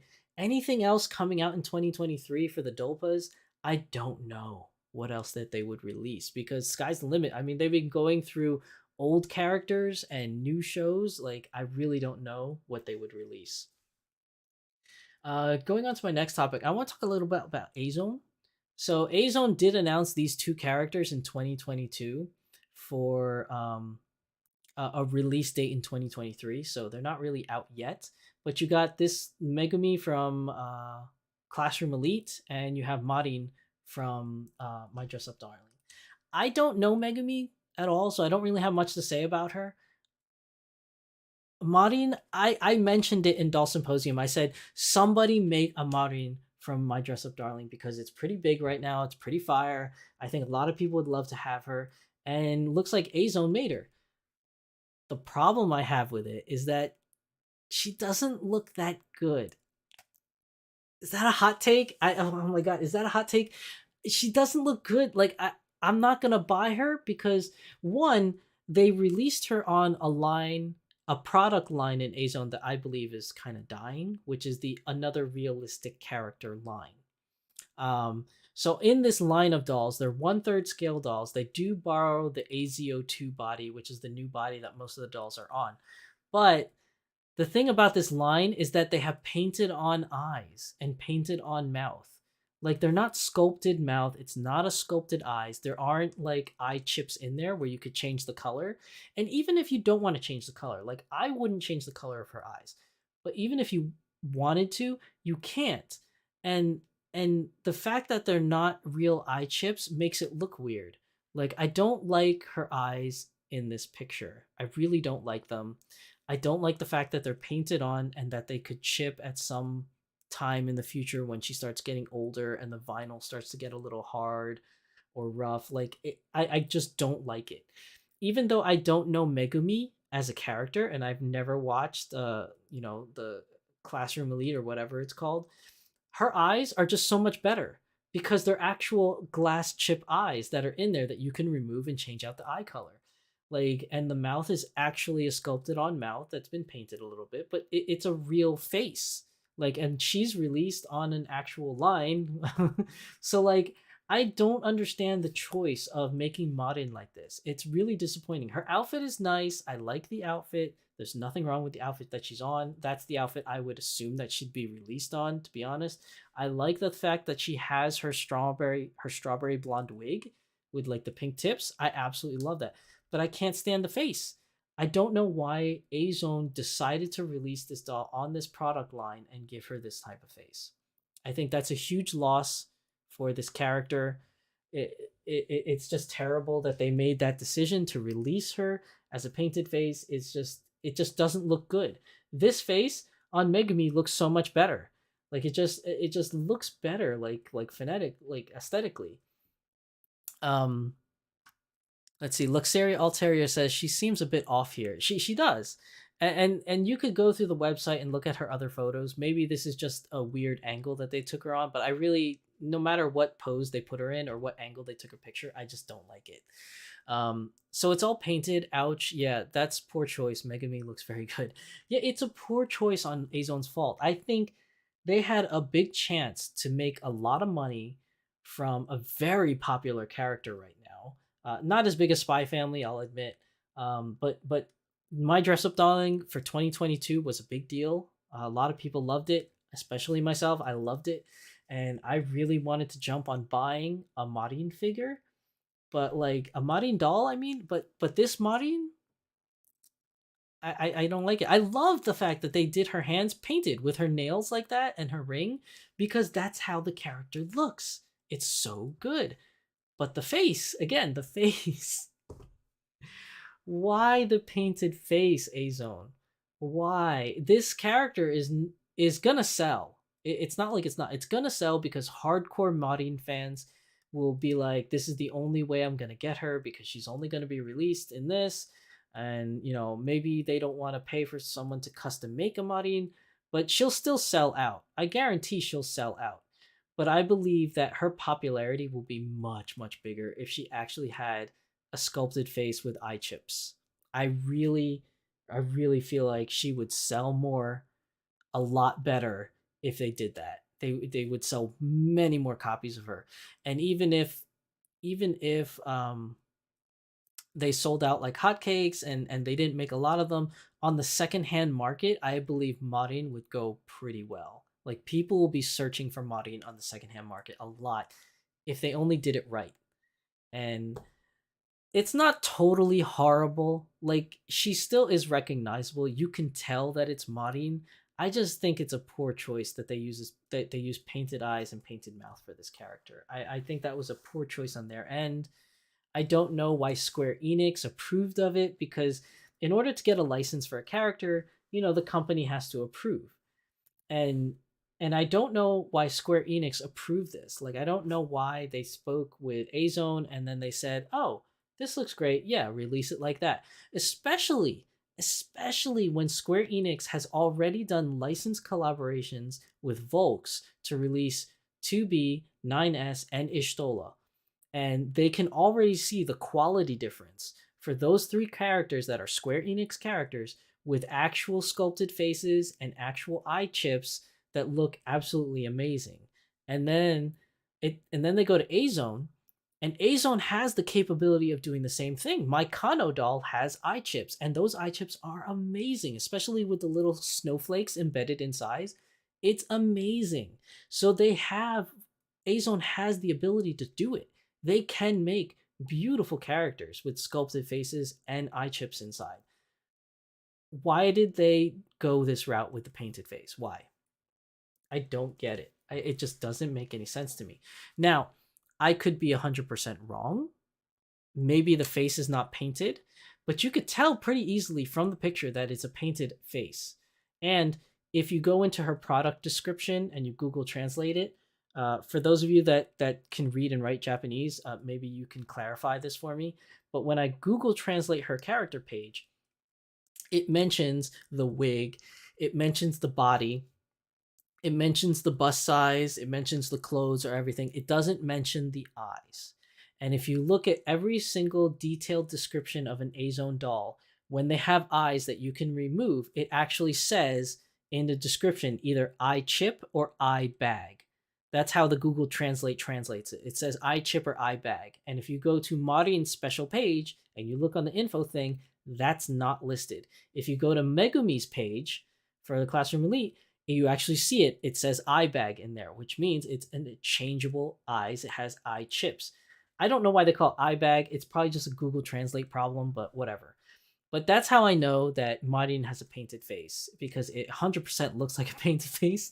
And in the product description, it doesn't say anything about eye chips or eye bags at all. So yeah, it's unfortunate and it's really disappointing. I'm pretty disappointed in that.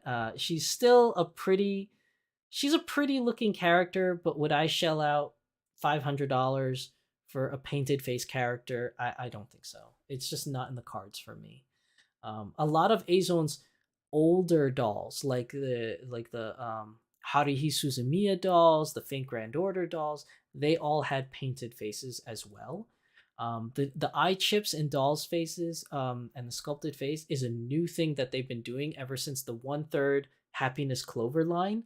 They've been doing that a lot, and to see them revert back to the painted eyes on 1/3 scale is just a really weird choice. I think it's a very poor choice on Azone's behalf. They could have done so much more better, I just believe. But that's just my take on that. What they're coming out with in 2023, I don't know.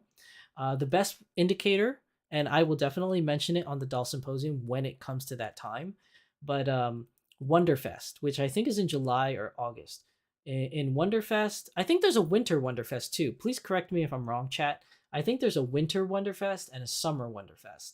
And if you go onto there, Azone usually announces their new dolls or their project dolls in those festivals. So we'll know when those come out on what possibly might be released in 2023. Now, moving on. So, Smart Doll stuff in 2023. So what I'm looking forward to is the Evolve frame. I know a lot of you are looking forward to it. Danny Chu has been hyping up this haptic feedback and this Evolve frame so much. I can't wait to get my hands on one. I really want one. And I eventually will get one because he is going to be changing it over at some point. So we all will eventually get one. But I am very hyped to see what it's like, to see the frame, to use it in posing and in action. I'm really hyped to see this Evolve frame. I'm very excited for this. Now, this thing I thought was cool. So I mentioned in the Doll Symposium that I had no idea what this dress was from or this character was from. And a lot of you, thankfully, posted in the comment section that it was Megan from the Netflix show. Thank you for clarifying that for me, because I was going out of my mind trying to figure out what the hell this doll is. I was like, where is this from? What anime is this from? Like, I have no idea where this is from. I was going so crazy. And then you guys were like, it's Megan, it's Megan, it's Megan. And I was like, oh yeah, it is. Why did I not pick that up? Because Danny Chu has been posting a lot, like the Squid Games girl, and then the Wednesday. I should have known that was Megan. And here's the thing about Megan, right? In some of the pictures, you've seen Megan standing next to other dolls, right? So you think it's a 1/3 scale doll.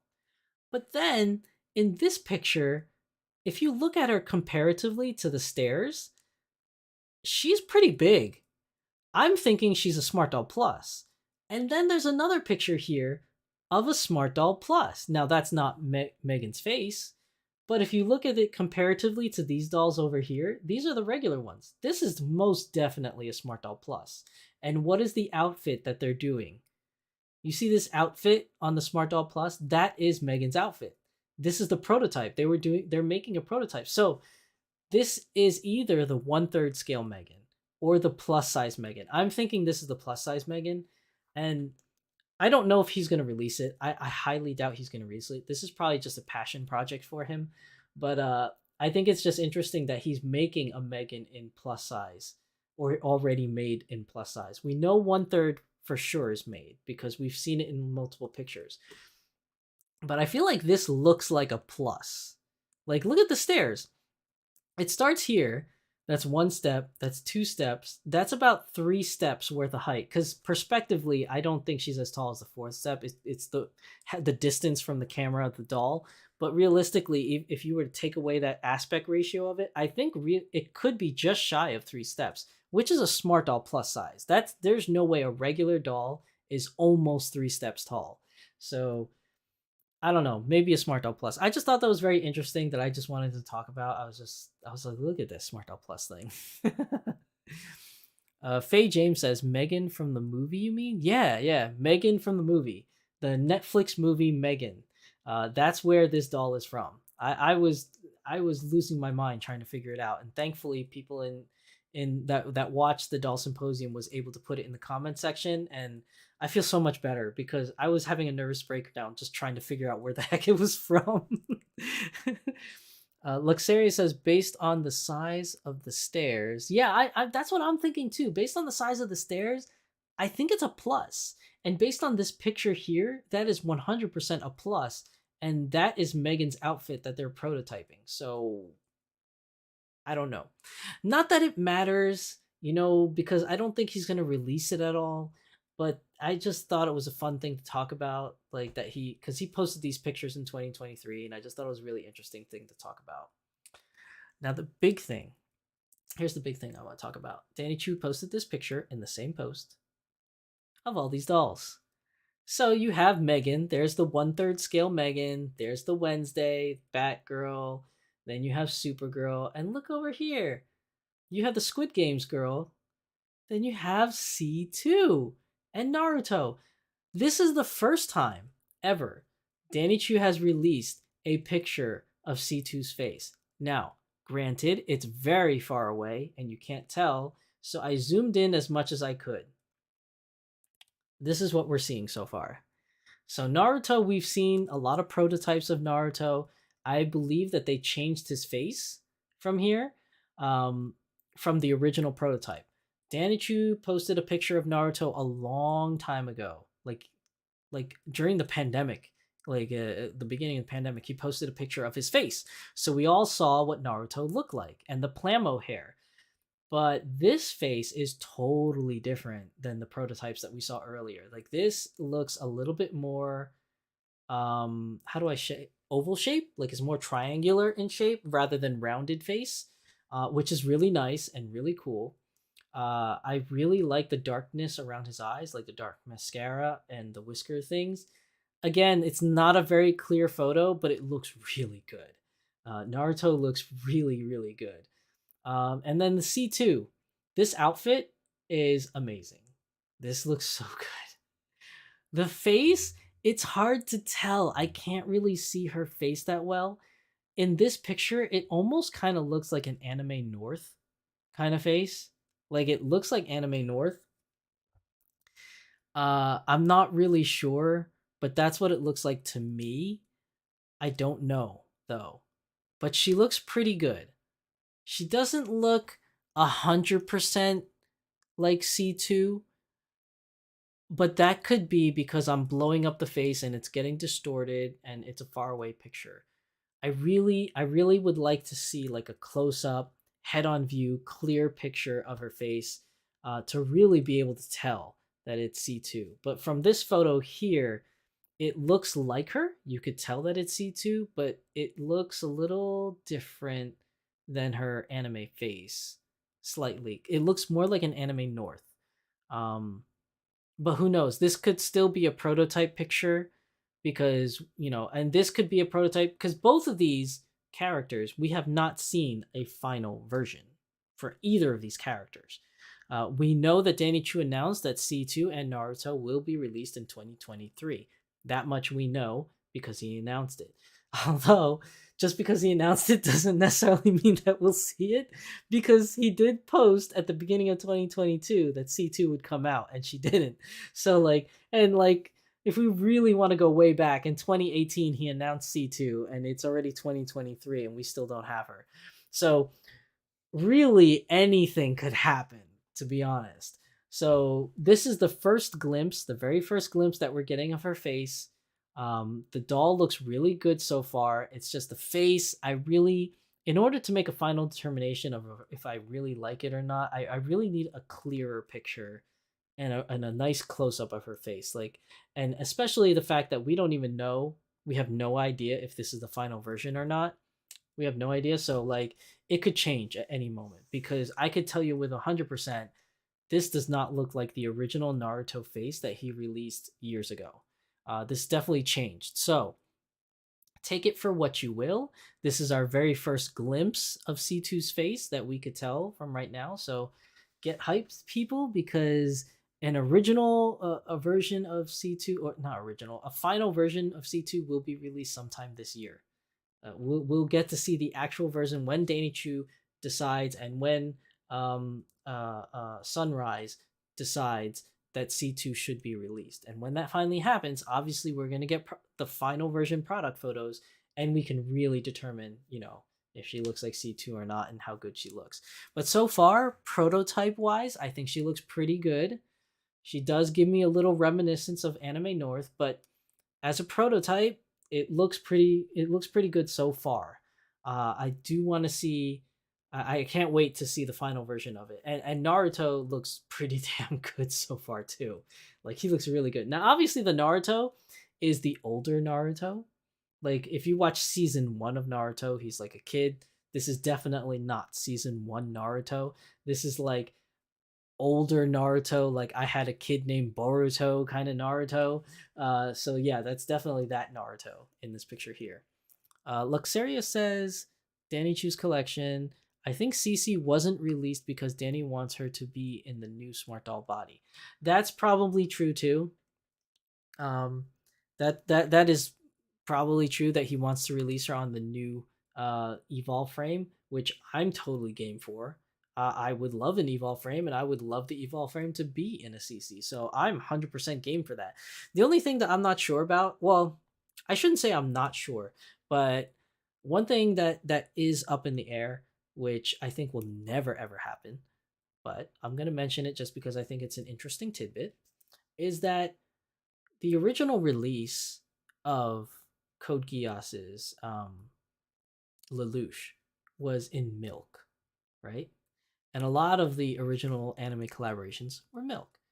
Then came Suzaku, which was in, I believe, Cinnamon, if I'm not mistaken. And C2 was supposed to be released before Suzaku, but she's been delayed. So most likely C2 is Cinnamon. That's what I'm thinking. I'm thinking she's going to be released in Cinnamon. But I'm kind of hoping, at the back of my mind, I'm wishing her to be released in Milk because she was originally supposed to be released in Milk. but she never will be. I don't think. I think Danny has already thrown out the formula of making milk products. So her being released in milk is a pretty big zero, like a big fat zero. But like the inner fan of me is kind of like, I really wish she was in milk because she was supposed to be in milk at some point, and I would have liked her to be in milk. But you know, it is what it is. I still want her regardless. I still want her so bad. And it's not like she looks bad in cinnamon. Not at all. It's just that like, like some things that were released, like I wanted Lelouch and C2 to have like to be a couple and be like the same skin tone color. Um but they're not. Especially since lore wise, like if we really want to do a deep dive in lore, like Lelouch is of European descent, right? Like Britannian descent. Um, Suzaku is obviously Japanese. And C2, from what we could tell in her history, we have no idea what her descent is, but like she just strikes me as a European type kind of like person. Especially she lived, well, I don't want to spoil it. For those of you that have not watched Code Geass, I don't want to spoil it. Let's just say that like I think she kind of fits the European aesthetic kind of look. So I think Milk kind of fits that. And for her and Lelouch to be like of the same kind of skin tone color kind of makes sense. Um, but like either way, it doesn't really matter. At the end of the day, it matters not, because at the end of the day, we are getting a C2, people. Super hyped, super excited. I want a C2 so bad. I can't wait to get her. Oh my god. I'm hyped. I'm hyped, people. I'm hyped. Hold on. I'm thirsty too. I'm also thirsty at the same time. Let me drink my hot cocoa, which is no longer hot.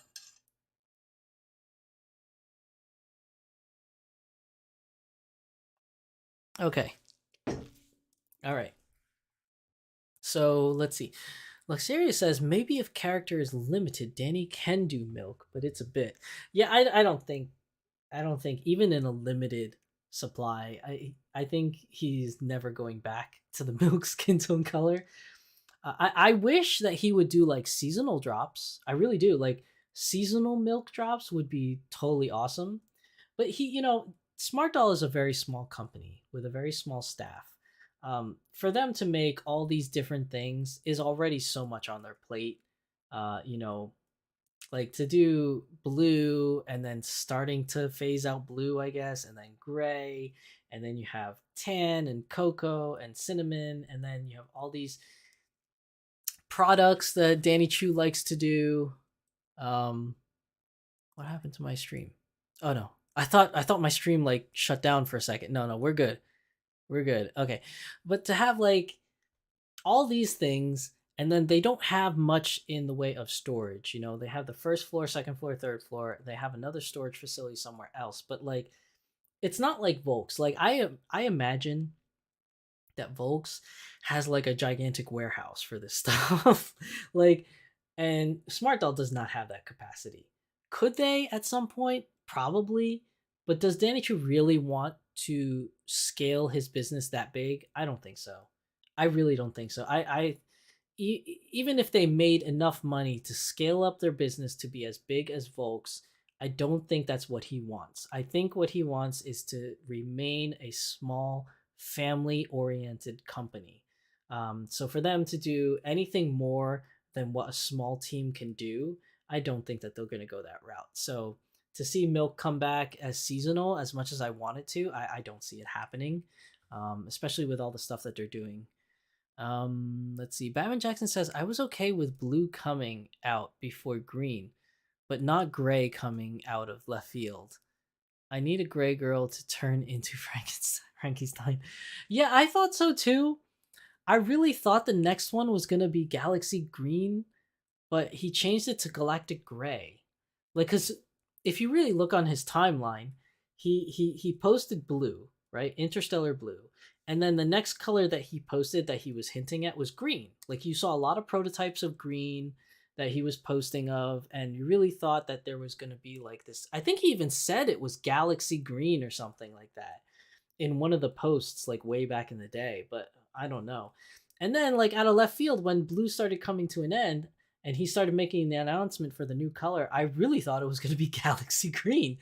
And then he was like, hey guys, check out Galactic Gray. And I was like, oh, well, that's different. I didn't even know he was working on gray. Um, does it disappoint me personally? No, I don't really care. Galactic Gray looks awesome. I'm not gonna lie, it looks really good, especially the picture with 40 in Galactic Gray looks so good with the purple outfit and the purple makeup. And you guys know me, I love purple. So anything in Galactic Gray that has hints of purple, I really want.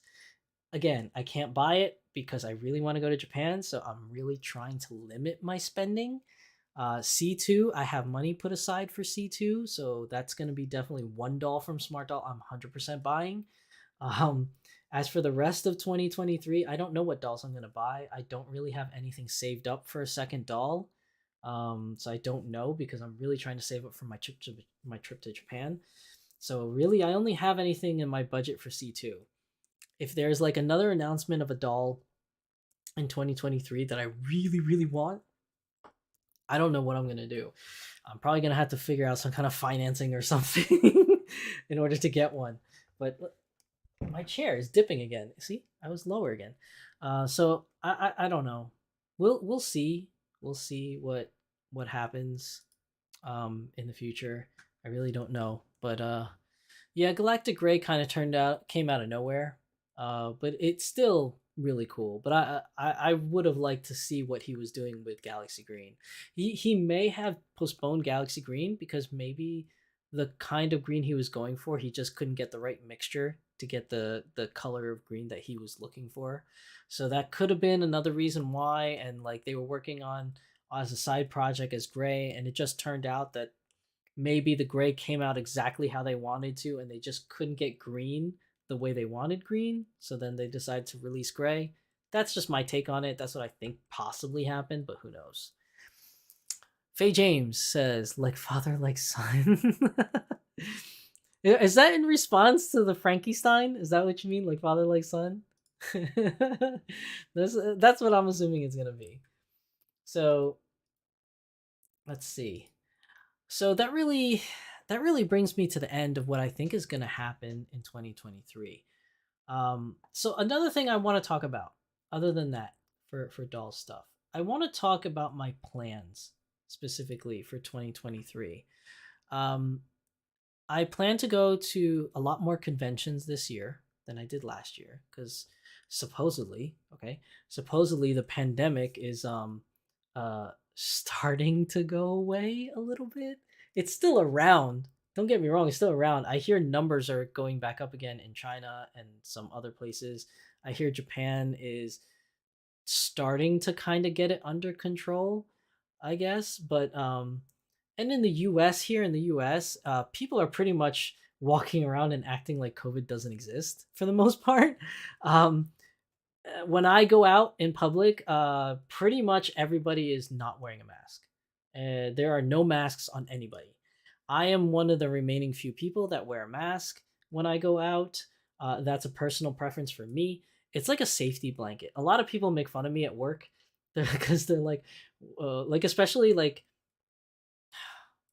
how should I say this? I shouldn't say certain individuals at my job because I'm not really supposed to talk about my job. So there are certain individuals in my job that make fun of me because they how should I describe them? They're cut from a different cloth. Let's just put it that way. And not in a bad way. It's just more in a comedic way. Okay, so like they always make fun of me. They're like, "Why are you wearing a mask, dude?" He's like, "What are you scared you're gonna get COVID or whatever?" And I'm like, "I don't know. I just do. It's like a safety blanket. Like I know that wearing a mask doesn't necessarily mean I won't get it. Because I've already gotten COVID before, and I've always worn a mask. And the reason why I got COVID before is because masks aren't mandatory, and my kids go to school, and masks aren't mandatory. So if kids aren't gonna wear it, kids like kids don't know anything about germs. You know, they touch everything, they put everything in their mouth, like I'm talking young kids. Like they put everything in their mouth. They don't know how to sanitize. You know, they're just kids and they don't want to wear a mask if their friends are not wearing a mask. You know, they don't want to be picked on, so they obviously don't wear masks. So my kids don't wear masks. So where do my kids get COVID from? The other kids in school. And what do? They bring it home because I don't wear a mask at home. So my kids come home and then they spread COVID to the rest of the family. So that's how I got it. I got it through my kids, not through my own like ethic of going outside and wearing a mask and sanitizing. It wasn't any of that. So it's kind of pointless for me to wear a mask now because if I'm going to get it, I'm definitely going to get it because my kids got it and they're going to give it to me. That's how I'm going to get it. But I just had a very bad experience. Like when I got COVID, it was really bad. I couldn't breathe. I had trouble breathing. I don't have asthma, but then they put me on what do they put what do they call those things? The rest not the respirator, the little thing that kids with asthma have, like the breather thing. They put me on that because it actually helped me breathe a little bit better. So like, you know, after going through COVID once, I just don't want to get it again. I really don't. It was not a fun experience for me personally. I know many people that have gotten it and it didn't really affect them at all. It was just like having a cold. But for me, it was pretty bad. I had trouble breathing, and I just don't want to have that experience again. So I always personally just wear a mask. Um, do I comment on anyone else? No, I don't care. If you don't want to wear a mask, don't wear a mask. That's your personal choice. I just personally will just keep wearing it. So that being said, though, uh, given the fact that a lot of people are not wearing masks anymore, especially in the US, and cons are opening like crazy now. There's a lot of announcements of cons going, so I am definitely going to be going to cons again. And I have a big schedule of cons that I'm going to in 2023. So that's also cutting into my budget of buying things because going to these cons are not cheap. So I want to talk about a couple of them because I think some of them are going to be a lot of fun and it's good information for especially those of you in the US that might be interested in meeting up. But let me see. I'm going to change the view here for a second. Where is it? So this is one of the ones I want to talk about. It's called Thy Geekdom Con. It's a very small con in Pennsylvania. And my friend, those of you that know, Tempest is actually going to have. She already talked to the convention. We are going to have like a small little doll convention within the convention. So we have plans to have a doll. We're going to have like I think it's like 3 or 4 tables set up in the convention area, almost like a vendor's booth. Like we're gonna have our own set of tables purely for dolls. So we're gonna have dolls set up there for people to come by, check them out, take a look at them. Um, I'm trying to see if maybe anybody is interested in possibly like selling things at the con. So definitely hit me up or hit Tempest up if you're interested in selling anything.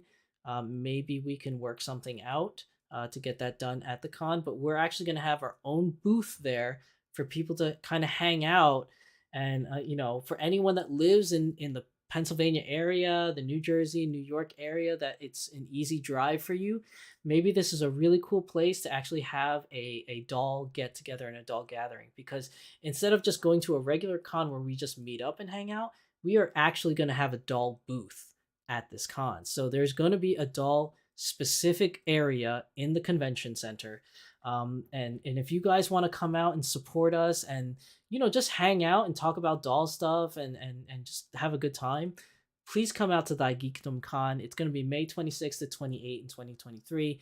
I think it's going to be a lot of fun. We're also going to have a couple panels there where we're going to talk about different topics related to dolls. So it would be a really cool experience to have you guys come out. Again, it's a really small con, so don't expect a lot out of it. It's nothing like Anime NYC. It's nothing like Otakon or Anime Expo. It's not that level of big. But you got to start somewhere, right? So, you know, big shout out to Tempest Strife, who actually organized the whole thing and talked to Thy Geekdom Con to get this thing going. So I personally will be there. Tempest will be there. And hopefully we can get other individuals to come out to this con to try to make like our own little, you know, doll get together or gathering here on the East Coast. It's still in the planning phases, like on what specifically we're gonna do. And I'm still trying to reach out into other individuals to see if they're interested in coming and being a part of the booth, and helping us out and creating a doll safe, I guess you could say, zone where people can hang out and actually talk about dolls and have a good time just experience with each other's company. So Dai Geekdom Con is coming up May 26th to 28th in Pennsylvania. Um, so if you definitely want to hang out, we're going to try and do our best. Like I said, we have a couple tables that's already guaranteed for us to have our own little doll area. Um, so let me see what Luxaria says. It's just additional safety. Have to go now. We'll watch the rest in a VOD. Okay, bye Luxaria. Thank you for coming to the live stream. Let me see. Yoshi Play says I brought Akiko with me. Oh, Akiko's watching the stream with you? Awesome. Batman Jackson says, I still mask up. I do too much all the time to risk it. Yeah, you are in conventions all the time. Like, and you know how conventions is. It's super crowded. So you run into way more people than I do on a daily basis. So I can understand why you would mask up. It makes sense, Batman. All the cons that I attend require mass and vax checks. Yeah, pretty much all of them do. I don't know what the plans are for 2023. I don't know if they're gonna be more lax on the masking thing or the vaccination thing. I have no idea what the plans are, but you never know. But so far, I think masks is still required, as far as I can tell, for 2023. But we'll see. We'll see how things go. But it's just the fact that anywhere else, like if you're just walking around the city or whatever, going food shopping, nobody's wearing masks. No one's wearing masks in the mall. So like they're not really. It doesn't seem like the society here or the United States is concerned with COVID anymore. Um, but like at least when you're gonna be in crowded areas, they're requiring masks, like conventions. I've never been to a sporting event since COVID, so I don't know if you go to a basketball game or football game if masks are required there or something like that. But we'll see what happens in 2023. So I will be going to Geekdom Con if anyone is interested, and please reach out to me if you are interested in being a part of our little booth, our doll booth, and I will try to work with you and Tempest to see if we can work out some kind of arrangement to get this going. Another thing is Anime Next this year. So Anime Next, I'm 100% going to this, especially because it moved right next to my house. So Anime Next used to be like 5 blocks away from my house. Like that's why it was my go-to con. I go there every single year because it was so close to my house. And then Anime Next moved to Atlantic City, which was so far away. It was like an hour and a half drive. And then to stay in a hotel in Atlantic City cost me so much money for the weekend. Like I remember Anime Next in Atlantic City used to cost me to stay there for the weekend was about $900 to stay in a hotel in Atlantic City for the weekend just to go to Anime Next. It was so expensive to stay there, but the convention center was so big and it was so nice. That was pretty cool. But I don't know what happened. I guess they lost their contract and they've moved back to Central Jersey, where they're going to be in Edison, which is very close to where I live. It's going to be at the New Jersey Convention and Exposition Center in Edison. It's like a short 15-minute drive from my house. So I will 100% be at Anime Next. I will be applying for panels at Anime Next as well. So I'm going to start applying whenever it opens. So I'm hoping to host a couple doll panels there. I don't know if they're going to accept my panels because historically they have accepted my panels in the past. But then as the years went on, I think the most recent cons, like in 2020, like before the pandemic in 2019, they rejected all my doll panels.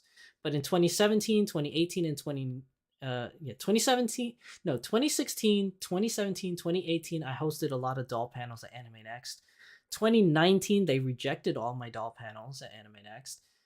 In 2020, 2021, 2022, well, 2022 is canceled, but 2020, 2021, I applied for doll panels for their virtual con and they rejected all of those. So for this year, I don't know if Anime Next is going to accept my application for doll panels. I hope they do, but I don't know if they will. Even if they don't, I will be attending Anime Next no matter what anyways, just because it's a local con and it's so close to my house. I'm definitely going to go with friends. And plus, I also do other panels with friends at Anime Next, like a Final Fantasy 14 panel, and like anime in the industry panel. I do with them as well. So I definitely will be there anyway because I have those panels to do. Um, but I'm gonna try and get doll panels this year. I don't know if it'll be accepted. There's no guarantee. I will try, as Batman Jackson says, I will try to do a doll meetup at Anime Next. So if you individuals want to go to Anime Next and have a doll meetup, I will try my best to organize an actual meetup. I'm gonna try to get a space for us to meet up at, and then like I'm gonna try and plan this time a little bit better, maybe to have a game, some prizes, and things like that. I will try to do something of that nature for individuals that actually make an effort to come out and hang out at Anime Next. So please look forward to that. Anybody that lives in the tri-state area for New Jersey, New York, Pennsylvania, Delaware, anywhere in that area, it's a pretty reasonable drive for you if you live in those areas. Please come and hang out at Anime Next. I will be organizing some sort of a doll meet for this convention. I really want to meet you people and just have some good times, man. Like just get to know more of my doll family that lives in the area. So I think it'll be a lot of fun. So definitely put this on your calendar. It's June 16th through June 18th. So that's another one that I'm going to do. The next one I want to talk about is Otakon. So Otakon is the biggest convention on the Eastern Seaboard. It's a very popular convention. I love Otakon. I've come to really love it there, and I have been blessed and very fortunate that Otakon is very accepting of dolls because I've had doll panels at Otakon for 2 years now. I did it right before the pandemic in 2019. I did it again in 2021. Yeah, 2021. I did it when they during the pandemic when they first opened up. 2022, I wanted to go in it and I missed the deadline for the panels. That was my fault that I wasn't there in 2022. I just missed the deadline for it, so I didn't end up going. But this year I plan on going to Otakon as long as my panels, my doll panels are accepted, or my Final Fantasy panel with my friends are accepted. Then I will definitely be at Otakon.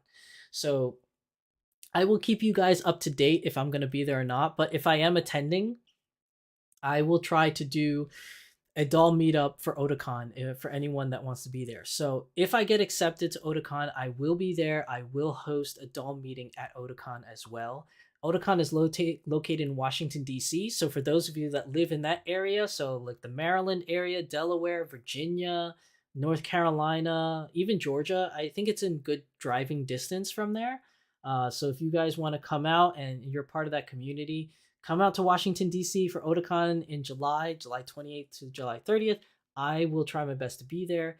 And if I will be there, I will be hosting a doll meetup there as well. I'm going to do my best to do one at Otakon because I really want the doll community to come together and come have like a safe place to hang out. And when I say safe place, I mean like a whole bunch of you. So I know some people are very shy in the doll hobby. Like if it's like one or two people, they may not want to like walk around or have like a doll shoot because sometimes you may be a little afraid of what people might say or do or talk about you.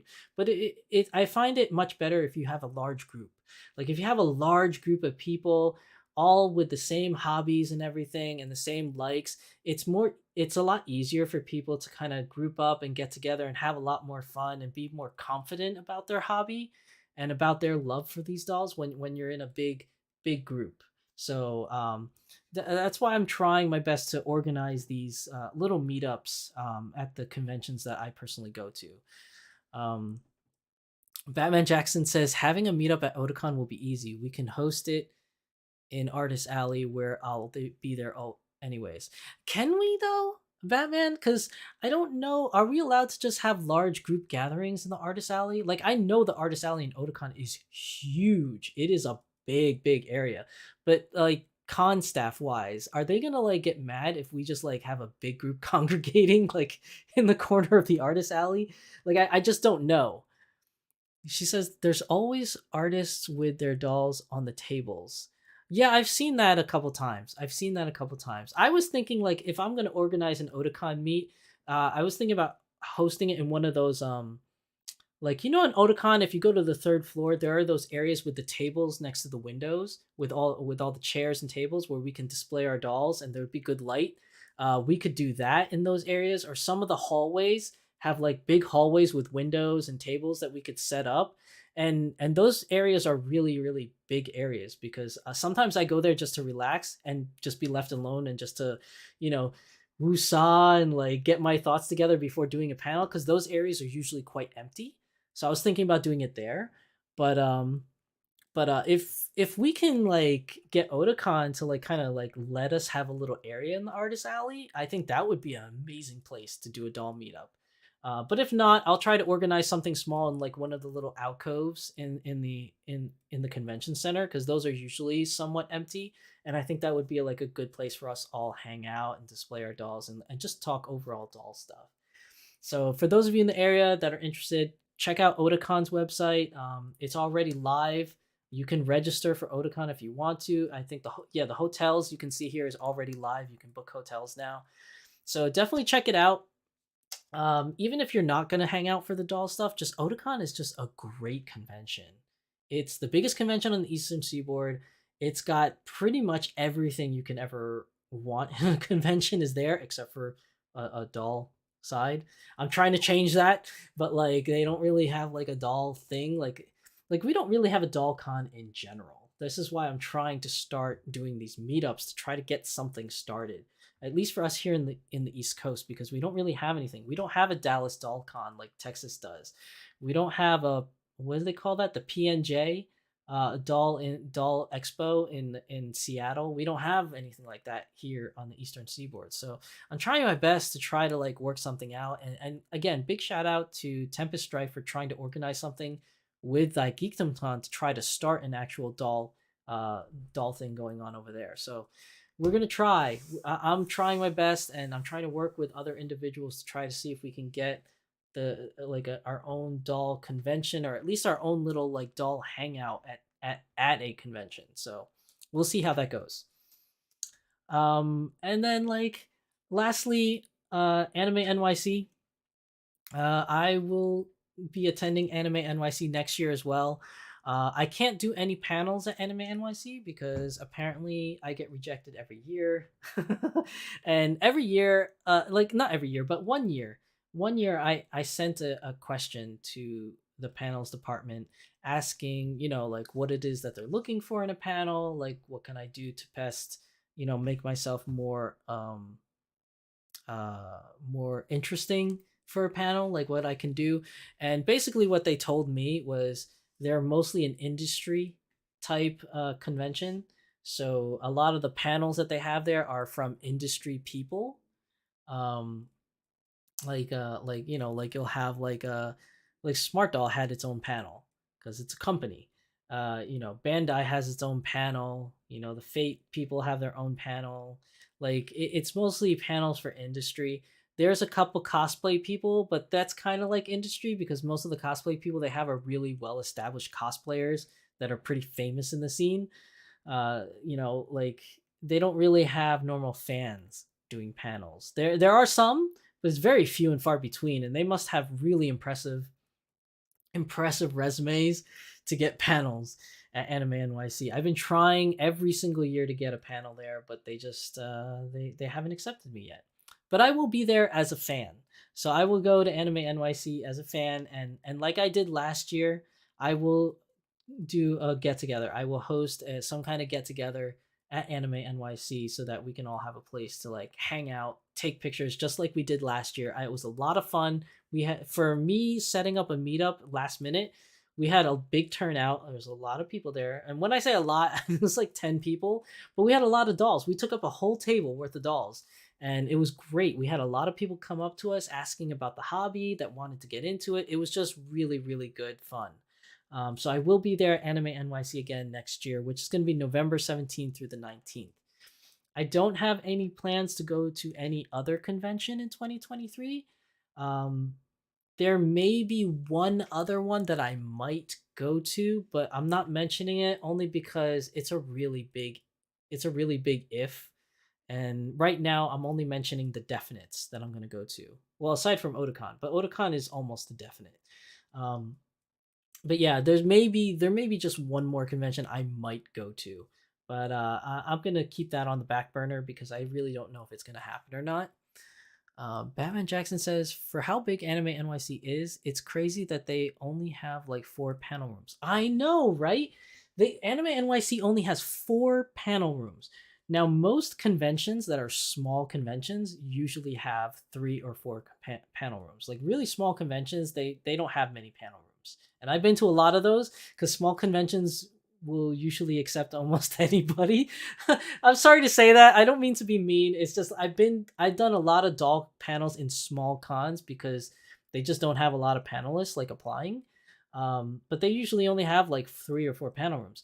But big conventions like Anime Boston, Otakon, they usually have like 8, 9, 10 panel rooms. Like they have a lot of panel rooms. And for Anime NYC, which has grown by leaps and bounds since 2017, I think was the very first year. They take up last year in 2022, they took up the whole convention area, like the entire convention area. And then the third floor was all cosplay, like people like dressing up for cosplay and stuff like that. And then the bottom floor were like the panel rooms, but they didn't utilize the whole bottom floor. Like only half the bottom floor was panels and stuff like that and events, but like they have way more space to do more panels down there. They just don't, because I guess the reason was a lot of the downstairs part, like the basement area, was used for the line.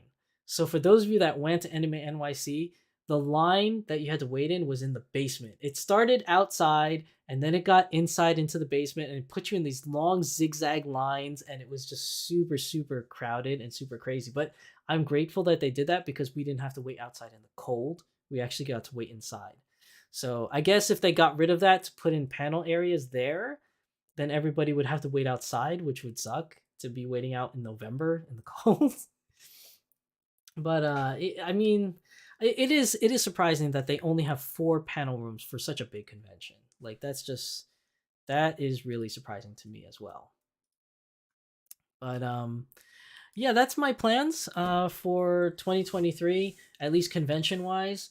Uh, when it comes to the channel, Beyond the Doll, I already have 3 guests that is going to be on for Beyond the Doll this year in 2023. I'm still reaching out to a couple other people to get on as guests for later on in the year, but so far, January, we have a guest in the next episode. We have 2 guests, actually, I believe, in the next episode of Beyond the Doll, which is going to be January. What is today? Today's the 14th, January 28th. So the 28th is going to be my next guest for Beyond the Doll. Let me just confirm on my emails, make sure I'm getting the date right. 20. Oh, 27th. I'm sorry. The 27th is the next Friday. So 27th, I have 2 guests. And then I have in February, I have a guest that already said that they're gonna be on, which is gonna be on the 24th. I have a guest, which is gonna be a pretty big guest. And then on the 10th, I have a tentative guest. So I have a guest that's coming on the 10th of February, which is uh if it works out, because right now we're trying to organize our times to make sure that because they live in a different part of the world, so I'm trying to organize to make sure that the 10th works for them and the time frame works for them, because being on the other side of the world, it's going to be kind of inconvenient hour for them. So I'm hoping that they will be able to actually be on the 10th. um, it's a very big guest. I don't want to mention the name or who it is because God forbid if the plan doesn't work out and the date and time doesn't work out, I don't want to cancel it. So I'm just going to leave it up in the air for now, but the 10th supposedly we're going to get if everything works out perfectly and fine, we're going to have a big guest. The big guest though is not like they're not a doll related guest. They are very popular in a different area of pop, I don't know, pop culture or whatever. They're a pretty big name. They I'm trying to work out to get them on, and the reason why I'm getting them on is to talk about dolls for beginners, because they are getting into the hobby. They are new to the hobby of dolls. So I think it would be a great episode to talk about beginners' tips and tricks and things like that, things that you should know being a beginner owner. And then we're also going to talk about what they specialize in and their field of stuff that they do. I think that'll be a lot of fun for you guys because you're going to have doll related stuff, but you're also going to be exposed to something that's not doll related in the hobby. That is very special to me personally, and I can't wait to have them on as a guest to talk about the stuff that they're into as well because I'm a huge fan of the genre and I'm a huge fan of them. So I'm hoping everything works out for February 10th. But that's all I have right now is January and February. Trying to look to see if I can get more guests for March and April, but I haven't locked anything down yet. Batman Jackson wants to be a guest, and I am more than happy to have Batman Jackson as a guest. If you want Batman, we can have you on sometime in March or April as well, because January and February are pretty much booked up for guests. And I think Doll Symposium will just keep going on like it always has. I'm planning to do a couple doll clothing reviews because I bought a couple articles of clothing that I want to do unboxing and reviews of. So please look forward to that in 2023. Um, and I'm thinking of doing another travel video also in 2023. I'm not going to talk about where I'm traveling to because, again, in case it doesn't work out, I don't want to get you guys' hopes up. Um, but I am planning on doing another travel video. I'm hoping you guys will enjoy it. I think I'm only going to do one because, like I said earlier in today's episode, that they take up a lot of time and a lot of effort to do a travel video, and I just do it because I like it. So I'm going to be visiting a place that I've been wanting to visit for a while. And hopefully, if everything goes well, you guys will get a travel video out of it. So we'll see how that goes. But I think that's everything for this channel wise for 2023 that I wanted to talk about. So that brings me up to my last part before we end the stream. Let me see. Let me see if I can get it up on screen. Hold on. We are going to talk about Shizusan's anime corner. So you guys know I usually do an anime corner or dream doll thing. No dream doll this week because honestly, I wanted Your actually was released. But if I were to do a dream doll, it'd probably be about this anime too. So this is my anime corner, and the anime is going to be Overlord. So I'm super hyped about this show. It's not a brand new show. I recently just got into it. So Overlord is on season 4. I just found out about the show just like a couple months ago. So I started watching at season 4. So I went back and watched season 1, obviously, and then now I've finished everything that's been released. But Overlord is a really good show. It's not for young kids, but you can watch it from teens. I think it's like a good TV 14 and up kind of thing. Basically, it's another isekai. You guys know how I love isekai shows. I talk about isekai shows all the time in Anime Corner, but it's another isekai show where this guy likes to play this video game, this online MMO, and then he gets sucked into the world, and then this is his journey of living in the MMO. Just like Sword Art Online, just like, Rising of the Shield Hero, like realistic hero in another country or another land. Like all those isekais, I just love the genre. So Overlord is another one where I just binge watched the first 3 seasons and then I started watching season 4 and I really, really like the show. So I highly recommend it. If you like isekais, then I feel like you'll really like Overlord. And if I were to make a doll, I would definitely do it of Albedo right here on the bottom of the picture because she's so awesome. Albedo's awesome. And if any doll companies were to make an Albedo doll, she has wings.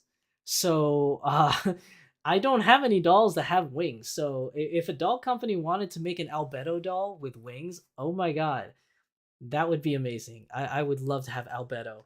and my chair is sinking again. I would love to have an Albedo doll. I think that would be really, really awesome.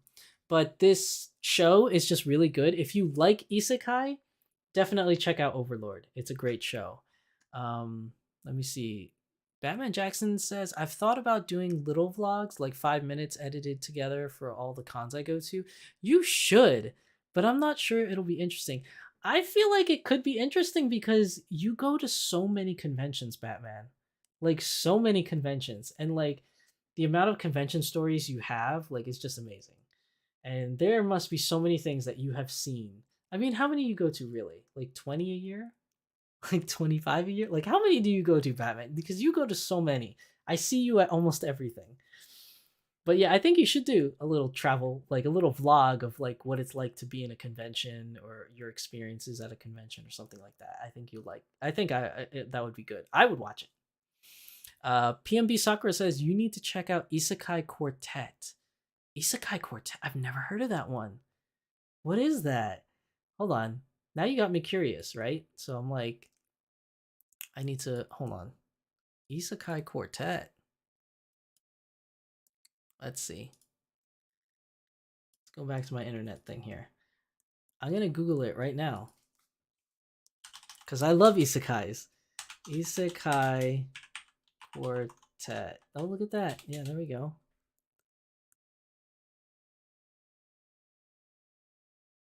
Oh wait. Maybe I shouldn't do it like that. Let's just do this in Wiki. What is this? Japanese anime series that serves as a chibi style crossover between light novel. Oh my god, it's like a crossover. So Konosuba, Overlord, ReZero, Saga the Tanya of Evil, all published by Kodokawa, including additional characters from Rising of the Shield Hero, Cautious Hero. What? What is this? So it's like a what is it? Is it like a like one of those like fan things, like little cameo things of like a bunch of different characters just cameoing into one show? Is that what that is? My max number before COVID was 28 in a year. Jeez, Batman, 28 in a year? Oh my goodness, you are everywhere. I'm telling you. Yeah, this looks interesting. Where can I watch this? Is this on Crunchyroll? Because I only have a Crunchyroll account. Like that's the only account that I have. I was thinking about getting a High Dive account because High Dive has Reincarnated as a Sword, which I always wanted to watch, and Eminence of Shadow is on there. So I really want to get a High Dive account so I can watch those two shows specifically. But I don't know where this Isekai Quartet is streaming on. It is amazing. They all get sent to high school. Yes, it's on Crunchyroll both seasons. Awesome. Okay, I'm gonna watch this. I'm gonna put it on my queue. I'm gonna put it on my queue. I'm gonna watch this because I love isekai shows, so I'm definitely gonna watch that. Um, Another one I want to watch is what's that one? It's on Netflix. It's something my uncle in another world or something like that. Isekai, my uncle in another world. I haven't seen that yet. I want to watch that. I heard that's good. But I just love isekai genre. That's just my thing. So obviously in Shizusan's anime corner, another isekai, Overlord is on there. I highly recommend it if you guys like isekais. It's a good show. Yoshi Play says, part of me wants me to travel for anime conventions outside of Georgia, like New York City Anime, Otakon, etc. I went to Awa, Dragon Con, and MomoCon here in Georgia. I heard Dragon Con is amazing. Um, my wife and I have been talking about Dragon Con since we were in college. Like, like we've heard like Dragon Con is just amazing, especially because there's a lot. Dragon Con is like a lot of like I don't want to say like real life, but like it's a lot about like movies and TV shows and things like that, right? Like Star Trek people go there, Star Wars people go there, like those kind of individuals go to Dragon Con, right? Like it's more of like a real life media thing, more like basically it's not comic books and it's not games and it's not video games and it's not anime, right? Like it's like an everything else pop culture convention, I think. I've always wanted to go there. My wife wanted to go there. The only reason why we didn't is because Georgia's kind of far for us for a drive. Um, but maybe one day we'll go. I've always wanted to Dragon Con though.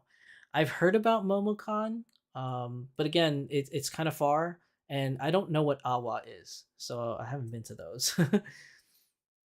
But Yoshi Play says, yeah, it's amazing comparing to MomoCon. Batman Jackson says it's a pop culture con. Yeah, so yeah, I like we really want to go one day, and maybe one day we will. We just have to really plan it out because getting to Georgia is quite tough.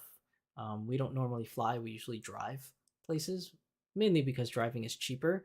But driving also takes a toll on the car and us because driving is driving is tough nowadays. Now that I'm older, like I can only sit in the car and drive for maybe 2 hours before I need to take a break and just like go to a rest stop and sit for half an hour and just kind of relax before getting on the road again. Um, but yeah, and plus the kids can't sit in a car for that long either. They go crazy if they sit too long in a car. Oh, Awa's Anime Weekend Atlanta. Oh, I've never heard of that one. And most likely I haven't heard of it because I don't live in Georgia. So I'm pretty sure if I lived in Georgia, that would probably be a big thing. But yeah, just like most people have no idea what Anime Next is, it's really just a New Jersey con. Like most people in New Jersey know about it, but outside of New Jersey, nobody does. So I'm kind of assuming Awa might be like that. But I definitely have heard of Dragon Con and I've heard of MomoCon. Those I've heard of. But yeah, I mean, that's my plan. Like my chair again just went down. That's my plan for 2023, and that was 2022 in a nutshell. So, I mean, let's bring my little friend out. Look at her. Look at her. She's like, let me get her. Can I get her close enough? Can you guys see her? Is she clear enough? Because sometimes if I get too close, she'll be too blurry. Isn't she amazing? She is so cute. I love her so much. She's such a cutie. So yeah, I don't know. Like that's really like my plans for 2023. If I need to add anything to it or change something to it, I will definitely let you guys know. Whether it's here on Beyond the Doll or on the Doll Symposium. Every now and then, you guys know I do like little update videos just to tell you where I'm at, what I'm planning. I might do one in the middle of the year. Who knows? But that's pretty much everything for today's episode. I actually talked for a while, 2.5 hours for just a solo stream. It's a lot of, it's a long time for just me to be talking. Batman Jackson says I drive to all my cons. In 2022, I started adding in K-pop concerts, so now I'm on the road even more. Oh my gosh, Batman Jackson, that's a lot of driving. That is a lot of driving, yo. Like you are crazy, man. But I guess for you, you would kind of have to drive, right? Because all the stuff that you I don't know if that can I say that on stream? I don't know if I could say it on stream, but I can understand why you would drive for the particular thing that you do at cons. So, yeah, that does make sense because to fly that sounds more expensive to do what you do and fly. I don't know, but I guess I could be wrong. Who knows? Yoshi Play says she's cute, dude. Thanks. Thank you. I know. I really like her. She's like my new fave. She doesn't beat Chitose, of course, because Chitose is my favorite, but she is like my new fave. My old fave was Scotty. I mean, I still love Skahat. Don't get me wrong. I still love Skahat.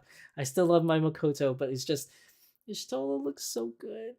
She's like so good. She's such holds such a special place in my heart because I've been playing Final Fantasy 14 since 2010 and version 1, the one that was really bad and like got discontinued. Like I've been playing this game for so long. I still play it till today. I'm going to stream it tomorrow. Like I have so much invested in the game and so much invested in this character. And she's to have her in doll form is just so special to me. It's so awesome.